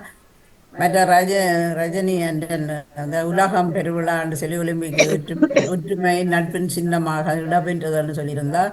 ஜெயந்தங்கராஜா என்ற கதைகள் எல்லாம் தான் என்று நல்ல கதையாக இருந்தது. நீண்டிய கவிதை ஆனால் நல்ல கவிதைகள் முடிவெல்லாம் நல்ல சிறப்பாக இருந்தது. முகவரிக்கு மூலமே நீ என்று நகராது நாளுமே எல்லாத்துக்கும் கருத்துக்கள் போட்டு நல்ல உடனடியாக இருந்தது. அவருக்கும் வாழ்த்துக்களை குறிக்கொள்ளும். மற்றது அபிஷா நட்பின் மகிமையை பற்றி எழுதியிருந்தார். அந்த வராது தேடி வராது நாங்கள் எங்களுக்கு வாரது அது ஒரு பெருமை என்று சொல்லி அதையும் பற்றி இதை பற்றி சொல்லியிருந்தார். மற்ற செல்வி நித்யானந்தன் குழப்பமாக எனக்குள்ளே இருந்து தகப்பன் பிரிவை பற்றி சொல்லியிருந்தால். மற்ற நடேசன் நட்பின் என்ற அழகு என்று சொல்லியிருந்தேன். அதில் நீங்கள் ஒரு கேள்வி எடுத்துருந்தீங்க. இன்பம் காட்டி நடப்பது அடையாளமாகாதுன்னு சொல்லியிருந்தீர்கள். அதில் முகமது நட்பது நட்பல்ல நெஞ்சத்து அகநல நட்பது நடப்பது நட்பு என்று திருக்குறள் சொன்ன வசனத்தை தான் அதை இன்முகம் காட்டி வராதது நட்பு போது அடையாளமாகுது. முகம் காட்டுற இதுல உள்ளத்துல இருந்து வர நட்பு அதைத்தான் நான் நல்லது. நான் முகநல நட்பு நட்பல்ல நெஞ்சத்து திருக்குறள் வருது அந்த இது எடுத்தா நான் அந்த இதயத்துல நேசிப்பதே உண்மையான நட்பாகும் என்று நான் அதை குறித்து எழுதினேன். இல்ல அது நல்லா இருந்தது. ஒரு கேள்வியே உங்கள்கிட்ட இருந்து கேட்கக்கூடிய ஒரு நிலை வந்தது. நல்ல சிந்திக்க வேணும் தானே. இப்ப நீங்க சொன்னோன்னா ஓகே அதுவும் இல்ல அது திருக்குறளை தந்துதான் நான் அதில் நினைச்சிட்டு எழுதி நான் அதை விரிவாக்கி மற்ற உண்மை அன்பு உயர்வானதுன்னு மற்ற சர்வேசீஸ்வரவன் அவள் அந்த முத்தத்தில் இருந்து நாங்களும் போனதானே பார்த்தோன்னா அதே இதில் இருந்து எழுதியிருந்தா உள்ள முதலீட்டு விடுவோம் காலம் உறங்காது கடமை ஓயாதுன்றது உண்மையாக கன இடங்களில் கணக்கு இதுகளெல்லாம் எழுதி கொண்டே இருக்கிறாள். சரியான கெட்டிக்காரி என்ன அவள் பற்றி சொல்லணும்னா சொல்லவே முடியாது. அவளை சிறப்பான கவிதை நல்ல கருத்துடைய இருந்தது. அடுத்தது சுமித்ரா தேவி பசுமையை பற்றி எழுதியிருந்தார். மேகத்தல் துயில் விலக கதிரவன் கண்மயங்க மழை பொழிந்து நிலமெல்லாம் பசுமையாகின்றது என்று சொல்லி எழுதியிருந்தார். அவருக்கும் வாழ்த்துக்களை குறிக்கொள்ளும். தொடர்ந்து எழுதி வர அந்த பிள்ளைக்கும் வாழ்த்துக்களை குறிக்கொள்ளும். மற்ற நேவிஸ் பிலிவில் நாட்டுப்பற்றோடு பெருமை சேர்க்கும் சாதனை என்று சொல்லி எழுதியிருந்தேன். நாட்டுப்பற்றோடு பெருமை சேர்க்கும் சாதனையில் பார்க்க நாங்கள் அதில் போனிட்டு பார்த்தாலே எங்களுக்கும் ஒரு சாதனை தான். அது பட்டங்கள் வைத்துத்தான் பதவிகள் வைத்துத்தான் இல்லை. நாங்கள் இதில் நாங்கள் கவிதையில எழுதுறோம். கவிதையில எழுதி அதில் சாதனை வரும் இல்லை. நாங்கள் எழுதுறதே சாதனை தான் எங்களுக்கு. என்ன அது மாதிரித்தான் இது பெருமை சேர்க்கும் சாதனை. போட்டிகள் பங்கெடுக்கிற சாதனை, பதக்கம் பெறுவதே சங்க சாதனைன்னு சொல்லியிருந்தார். மற்ற வசந்தா தேசம் மூலதனம் தேசங்கள் முழுவதும் தேடப்படும் என்று சிறப்பான அந்த மூலதனத்தை பற்றி முக்கியத்துவத்தை எல்லாம் புரிந்தார். 12 அன்புறவுகள் பங்கு பெற்றினாலும் சிறப்பான வாழ்த்துக்கள். நீங்களும் சிறப்பாக வாசித்து சிறப்பாக விரிவாக்கம் செய்து கட்டி கொடுத்து உங்களுக்கும் சிறப்பான வாழ்த்துக்கள். நன்றி, வணக்கம். மிக்க நன்றி, மிக்க நன்றி. வணக்கம் இருவருக்கும் எல்லோருக்கும் உற்சாகமான வணக்கம். நான் ஜினிஷன்ராதன் கதைக்கிறேன். பாமா கவிதையுடன் வியாழன் பாமா கவிதையுடன் நானும் இணைந்திருந்தேன். சிறப்பான வாழ்த்துக்கள் எல்லோருக்கும். அழகான தட்டி கொடுப்புடன் இணைந்திருந்த நகலா சிவநாதன் அவர்களுக்கும் மணிமகன் அவர்களுக்கும் சிறப்பான வாழ்த்துக்கள். தொடர்ந்து கொள்ளுங்கள். அதில் தேன் என்ற கவிதை எனக்கும் பிடித்திருந்தது. அதோடு உடலுக்கு தேவையான ஆரோக்கிய உடல் அது வசந்தா ஜெகதீசன் அவர்கள் எழுதிய கவிதையும் மிக சிறப்பாக இருந்தது. இணைந்து சிறப்பித்து கவிதைகளுடன் இணையும் அத்தனை தொடர் கவிஞர்களுக்கும் என்னுடைய மனமார்ந்த வாழ்த்துக்களும் பாராட்டுகளும். எல்லாருக்கும் மிக்க நன்றி, மிக்க நன்றி தர்ஷினி, மிக்க நன்றி. நன்றி, வணக்கம். நன்றி, வணக்கம். வணக்கம். அதிபர் வந்து இருக்கிறார். அதிபர் வணக்கம். வணக்கம். வணக்கம். முடிகிற நேரம் வந்திருக்கும் போல இருக்கு. நிறைவுக்கு வந்துட்டேன். சரி, அப்போ ஒலிம்பிக்க பேர் தெரியாதாக்கள் என்ன செய்ய போயிட்டோம் தேடி இல்ல, இது ஒலிம்பிக் நொழியிலன்னு வந்தது எல்லாருக்கும் தெரியும் தான். ஒலிம்பிக் இப்ப எல்லாம் உலக நாட்டு டிவிகள்ல எல்லாம் அதான் நான் காட்டி கொண்டிருக்கேன். நான் டிவி பார்க்கல, எனக்கு தெரியாது. சரி, பரவாயில்ல, இருந்தாலும் சந்தோஷம். அதை கொடுத்து விடுவோம். வாழ்த்துக்கள். அப்ப அடுத்த முறை எழுதி போட்டு தான் விடுமுறை போறீங்களோ? அடுத்த கிழமை நான் வருவேன். அதுக்கு அடுத்த கிழமை ஆமா 14 வரமாட்டேன். சரி, இந்த மகிழ்ச்சி. இணைந்த எல்லோருக்கும் வாழ்த்துக்கள். வாணிமோகன் தகவல் எதுவும் இருக்கா? ஓடிக்கிட்டான். இருக்கிறார். நன்றி. தகவல்கள் இல்லை. ஆடிய அமாவாசை இன்றைக்கு வந்தேன், நாளைக்கு வந்தேன். இப்போ அது ஒவ்வொரு நாளும் விரதம் இருக்கிறேன். இருக்கும் 100ஆண்டு விழா சிறப்பு எப்ப கொண்டாடுவோம்? 100 வயது. 100 வயசு எப்ப கொண்டாடுவோம்? ஆகஸ்ட் மாதம் 4வது கிழமை அளவில் ஹொலண்டில் ஒரு பூங்காவில் வைப்போம். எல்லாரும் கூப்பிடுவோம். எனக்கு தெரியாத மாதிரி ஒரு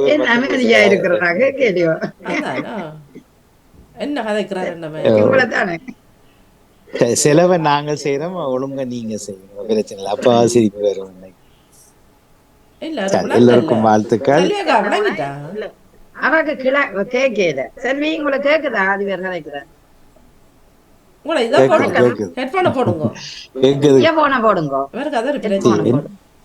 எந்த விஷயம் வேண்டாம் கொஞ்சம்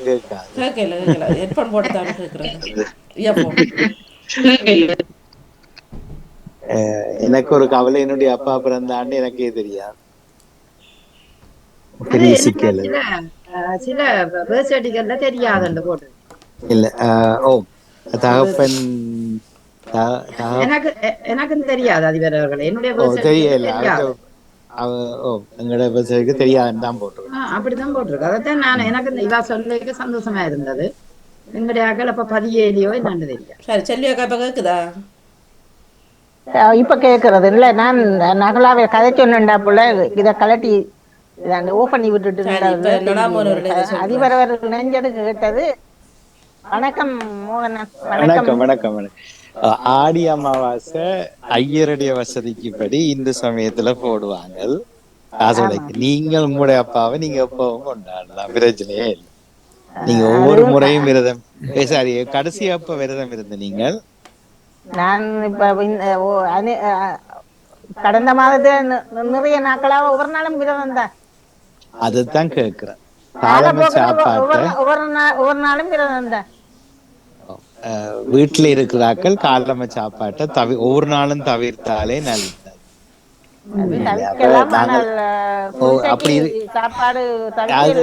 அது அப்படியும் ஒரு கதை. எனக்கு என்னையும் நம்ப வச்சு நானும் கொஞ்சம் காலம் காய்ச்சி தெரிஞ்சுதான்.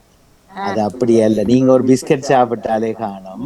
அது குடிசைக்கும் சாப்பாட்டுக்கும் சம்பந்தம் இல்லை. என்னென்றால் இப்ப காலம்ப நீங்கள் 1 லிட்டர் தண்ணி குடிச்சு முடிப்பீங்கள் என்றால் காலம் எழும்பி அடுத்த 2 மணி காலத்துக்குள்ள அது சாப்பாடு தான். அது குடிசைக்கு தரல. இது போய்க்காது. சும்மா ஏதோ காலையில நீங்க நம்ப மாட்டீங்க, குடிச்சிட்டு அடுத்த போத்திலும் இருக்குது ரெடியா. அப்படி நீங்க நிறைய தண்ணி குடிக்கிறார்கள் காலம சாப்பாட்டை அநேகமான நாட்கள்ல தவிர்க்கிறது நல்லது.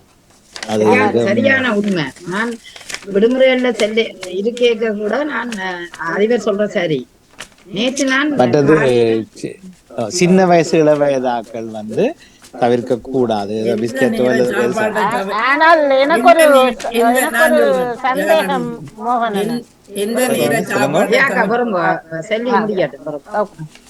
இல்ல நகலா சொல்லுங்க, சொல்லி முடிச்ச பிறகு நான் கேட்கிறேன். எந்த நேர சாப்பாட்டை தவிர்த்தாலும் ஆனால் காலமை சாப்பாட்டை ஒரு துண்டு பானாவது சாப்பிடத்தான் வேணும். அப்படி சொல்லி சொல்லி எங்களுக்கு சரி ஏனென்றா அதை சொல்லுங்க. ஏனென்ற சொன்னா இரவு நாங்கள் 8 மணி சாப்பிட்றோம், அதுக்கு மாதிரி வயிறு வெறுமையா இருக்கின்றது. என்ன இது எந்த வயதினருக்கு? எல்லாருக்கும் தான், எல்லாரும். அதுதான் எங்களுக்கு விளங்காததால எங்களை பேய் காட்டி உண்மையில 60-65 தாண்டினா நாங்கள் வயிறை கூடுதலாக இப்ப ஒரு மொபைல் போனை தொடர்ந்து ஒவ்வொரு நாளும் சார்ஜர்ல போடக்கூடாது. கிழமைக்கு ஒரு காலாவது முழுக்க பேட்டரியும் இறங்க விட்டுட்டு போட சொல்லி, அது அறிவியல் அறிவுரை. எங்களுக்கு பலருக்கு தெரியவே தெரியாது. அதே போல உடம்பு கிழமைக்கு 2-3 தடவையாவது கம்ப்ளீட்டா ஒரு 10-12 மணித்தியாலத்துக்கு மேல எம்டியா விட்டுட்டு திருப்பி சாப்பிடக்குள்ளதான் 60 வயது தாண்டினவர்களுக்கு வேலை செய்ய ஆரம்பிக்கும். நாங்க திருப்பி ஃபில்லப் பண்றோம் என்றால் இரவு சாப்பிட்டுட்டு இந்த 10 மணித்தியாலம். ஆனா சிறுவர்களுக்கும் இளவயதினர்களுக்கும் மாறி அவைக்கு குடல் புண் வரும், அல்சர் வர்றதுக்கு காரணமா அமைகிறது கூட நேரம் சாப்பிடாம இருக்கிறது. அது கூடாது. அது அவர்களுக்கு நான் சொல்றதெல்லாம். இதுல யார் 60 குறை யாரும் இருக்கிறீங்களோ? 5 வயசு குறைஞ்சாலும் 60 வாணிக்கு இந்த சுண்டி விட வந்துடும் வருவது என்ன. அப்ப அது எல்லாம் 60 அண்மை சாக்கள்லாம். நாங்கள் வியாழசனர்கள் நீங்கள் செய்த இப்ப யாரு டாக்டர் பெனிட்ரா அவர்களும் கூகுள பார்த்துட்டு என்ன சொல்றது தெரியாது. மனித உடலை உண்மையா வடிவா ஆராய்ஞ்சோம்னு சொல்லி சொன்னால் இந்த மொபைல் போன் மாதிரி தான். கிழமையில ஒரு நாளைக்கு ஃபுல்லா சார்ஜ் இறங்க விட்டுட்டு திருப்பி சார்ஜ் பண்ணா மொபைல் கூட காலம் வேலை செய்யும். அல்லாட்டி பேட்டரி அடிக்கும். தொடர்ந்து ஒவ்வொரு நாளும் சார்ஜ் பண்ண ஒரு 1.25 வருஷம் 2 வருஷத்துல பேட்டரி இறங்க தொடங்கிடும், சார்ஜ் ஏறாது. அப்ப அதை புதுசுமா சொல்ல. அது மாதிரி உடம்பும் அப்படித்தான். அதுதான் வெள்ளிக்கிழமையில அதிகமா ஒரு விரதம் பிடிக்கணும் தானே வெள்ளிக்கிழமை. அது இருக்காத ஆக்களுக்கா. இப்ப ஆடி அமாவாசை அப்பாக்கா இருங்கோன்னு ஒரு சாட்டை தவிர. ஆனா அது உண்மை. அப்போ ஒவ்வொரு நாளும் விரதம் இருக்கேக்கல அம்மாவை அப்பாவை எனக்கு உதவி செய்த ஆக்களை எல்லாரையும் கடவுளா நினைச்சு அவைக்காக நான் இன்னைக்கு சாப்பிடல நினைச்சிட்டு போறது தானே எங்களுக்கு உடம்புக்கு ஆரோக்கியமா இருக்கும். மற்றது இரவு சாப்பாடு தான். அது நானும் சொல்ல தகுதி இல்லை எனக்கு. ஆனால் அது உண்மை. அது நாங்கள் படுக்கக்கு முன்னம் 4 மணித்தியாலத்துக்கு 3-4 மணித்தியாலத்துக்கு முன்னம் எதுவும் சாப்பிடக்கூடாது, தண்ணியை தவிர, தண்ணி பழத்தை தவிர என்றது. ஏனென்றால் அப்ப 4 மணி 2.5 மணித்தியால தான் எடுத்து விடுறோம் எல்லாரும் இரவில். மிச்சம் எல்லாம் கிடக்கிற நாங்களே தவிர இந்த டீப் ஸ்லீப் என்று அது குழம்பாம இருந்தால் எங்களுக்கு ஓய்வு. அடுத்த நாள் வேலைக்கு எங்களோட உடம்பு என்ற மெஷின் ஓடும். நீங்க ஆடியமாக சேர்ப்பேன் சும்மா குழம்பாதைங்க, பொது வழியிலையும் கதைச்சு ஆக்களை மாதிரியா எடுத்தக்கூடாது. இதெல்லாம் சும்மா சட்ட விதியல் பஞ்சாங்கத்துல எழுதினதுன்படி ஐயரை கேட்டு செய்யணும். திங்கக்கிழமை நான் 1 மணித்தெல்லாம் காது மூடித்தான் இருக்கிறேன். நான் பாவம் ஐயா நல்ல மனுஷன். ஆனா நாங்கள் எங்களை ஒரு அறிவியல் ரீதியா சிந்திச்சு எங்களை நாங்களே திடப்படுத்தி எங்களை நாங்கள் அறிஞ்சு உன்னியை நீ அறிவாய் என்ற தத்துவத்துக்குள்ள என்னுடைய உடலை காப்பாற்றவன். நன்றி நன்றி நன்றி. நான் அதிபரவர்களே, எனக்கு வித்தியாசம் தெரிகிறது. இப்ப நான் செய்து பாக்குறேன். காலை சாப்பாடை குறைத்து மதியம் 12:30 1 மணிக்குள்ள சாப்பிடுவேன். அப்படி நான் செய்து எல்லா நாளும் வராது எனக்கு.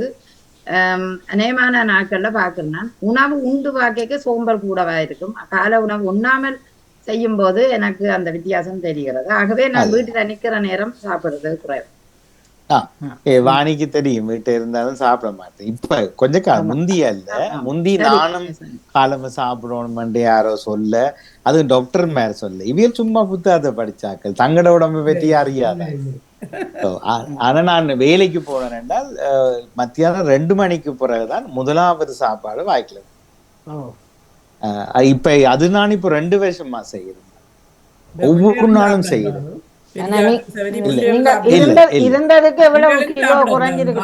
இல்ல கிலோ குறையே இல்ல, எனக்கு அசையாத உடம்பு எல்லாமே அசைவன். எவ்வளவு தெரியுது நீங்கள் எவ்வளவு மெலிஞ்சிருக்கிறீங்களே.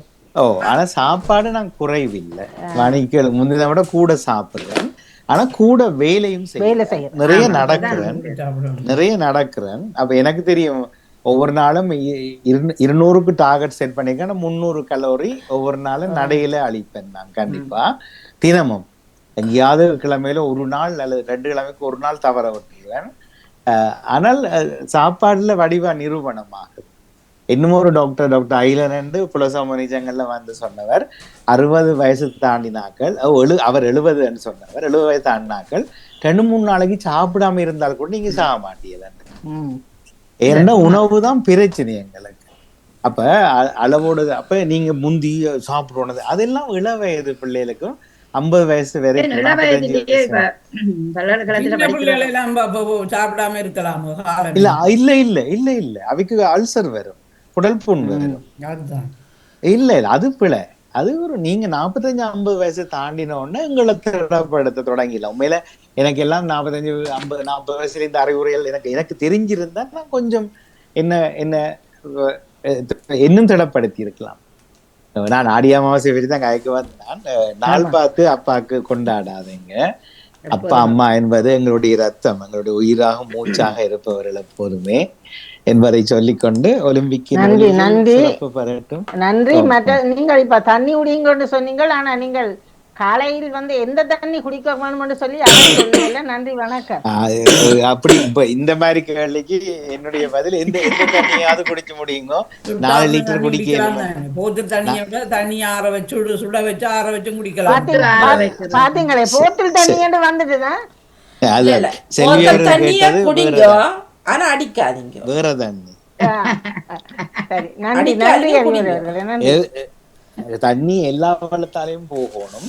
அதுல சாராயமும் குடிச்சா அதுக்குள்ளயும் தண்ணி தான் இருக்கு, கோப்பி குடிச்ச தண்ணி இருக்கு. நாங்கள் தான் தண்ணியா குடிக்கிறோம். இங்க கீழே வெள்ளன போனா டின் போத்திலோட தான் தண்ணி குடிக்கிறார்கள்.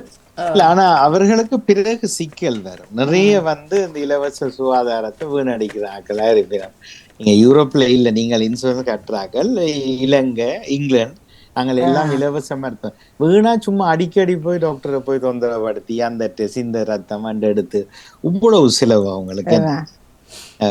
இன்றைக்குல அது இருக்கட்டும். ஆனா எங்களை நாங்கள் மகிழ்ச்சியா வச்சிருக்க வேணும் என்று சொல்லி சொன்னால் இதுதான் உண்மை. அதான் இந்த உணவே மருந்தாகன்ற கதை வருதானே. ஆனா அது யாரும் சின்ன பிள்ளைகளுக்கு சொல்லலாமோ உணவை மருந்தாக சாப்பிடுங்க இல்லைன்னு. நானும் வயதாக உடலுடைய இயக்கங்கள் குறையும். இப்ப நகுல் அவர்கள் மாதிரி ஒவ்வொரு நாள் நீங்க நடந்து ஒவ்வொரு நாளும் ஓடுற நீங்களா இருந்தால் நல்ல வடிவம் புட்டிய கொஞ்சம் சாப்பிடலாம், இரவு 10 மணிக்கும் சாப்பிடும், படுத்துடலாம். உடனே என்ன உடம்பு உள்ளுக்கு எரிக்க நாங்க இவ்வளவு சாப்பிடலாம். ஆனா நாங்க சும்மா உள்ள போறது 100 கலோரி, வெளியில இழக்கிறது 20 கலோரி என்ற 80 கலோரி எங்களுக்கு கிலோ கலோரி எங்களுக்கு பாரமா இருக்கும். எங்களுக்கு உடம்புக்கு வேதனையத்தான் தரும். நித்திர வராது, சோம்பல் அதிகமா இருக்கும். அடிக்கடி சாப்பிட்ட உடனே கண் ஒருக்கா துஞ்சும், ஒருக்கா படுத்தெலும்பினா என்ன மாதிரி இருக்கும்னு சொல்லி கேட்டா டயபிட்டிஸ் இல்லையென்று விதம். ஆனா அவைக்கு சோர்வு, அவைக்கு பிரச்சனை, வேற எங்கேயோ ஒரு சிக்கல் ஒன்று வந்தோம். எனவே நல்லவை கேட்டோம் என்று நினைக்கிறேன். இணைந்த எல்லோருக்கும் வாழ்த்துக்கள், பாராட்டுக்கள். தொகுப்பிலும் கவிதையிலும் படைத்தவர்களுக்கும் வாணிமோனுங்களுக்கும் வாழ்த்தை தெரிவித்து இன்று போட்டு விடுங்க. அவரு ராகுல் எழுதி அனுப்பியிருக்கிறேன். நான் பார்த்தேன், அதை பகிர்ந்து விடுகிறேன். சரி, மிக்க மகிழ்ச்சி. 8ஆம் தேதி தான் எங்களுக்கு இணையம் சரியா வரும். அது வரைக்கும் இந்த இடைக்கால இணையத்துல ஓடுவோம். கேட்டுக்கொண்டு வந்து நான் வெளியில்தான் இருக்கேன். ஆனால் விட்டு வருது, விட்டு சுழண்டு கொண்டு திருப்பி வரும். அதனுடைய பொறுத்தருளுங்க. இன்றைக்கு ஒரு 9ஆம் தேதி ஆயிட்டு, இன்னும் ஒரு 8 நாள் பொறுத்தால் எல்லாம் சரியாகும். மிக்க நன்றி. தொடர்போம். நகுலா கவிதை 675. ஆனா நான் அதுல போட்டிருந்த ஞாபகமா இருந்தது. அந்த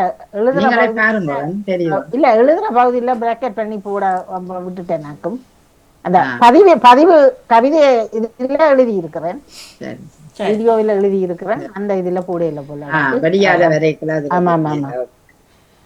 மிக்க நன்றி வாணிமோகன். நானும் விட போறேன். நாம் இன்று இணைந்து கொண்ட அத்தனை கவிஞர்களுக்கும் சிறப்பான வாழ்த்துக்களையும் பாராட்டுக்களையும் தெரிவித்து தட்டி கொடுத்த அத்தனை உள்ளங்களையும் நன்றியோட நினைத்துக் கொள்கிறேன். அதிபருக்கும் நன்றி கூறி தொழில்நுட்பத்தில் இருந்து என்னோட உதவி செய்த வாணிமோகனுக்கும் சிறப்பான வாழ்த்துக்களை நன்றியும் கூறி மீண்டும் அடுத்த வாரத்தில் சந்திப்போம். நன்றி, வணக்கம். மிக்க மிக்க நன்றி. நன்றி, வணக்கம். நிறைவுக்கு வருகின்றது கவிதை நேரம். நகுலாஸ்வரன் அவர்கள் தோப்போடு இடம்பெற்றது. நன்றி, வணக்கம். நாங்கள் விடுகதை மற்றும் கரகலப்பு நேரத்துக்குள் இணைந்து செல்வோம் கொஞ்ச நேரத்துக்கு.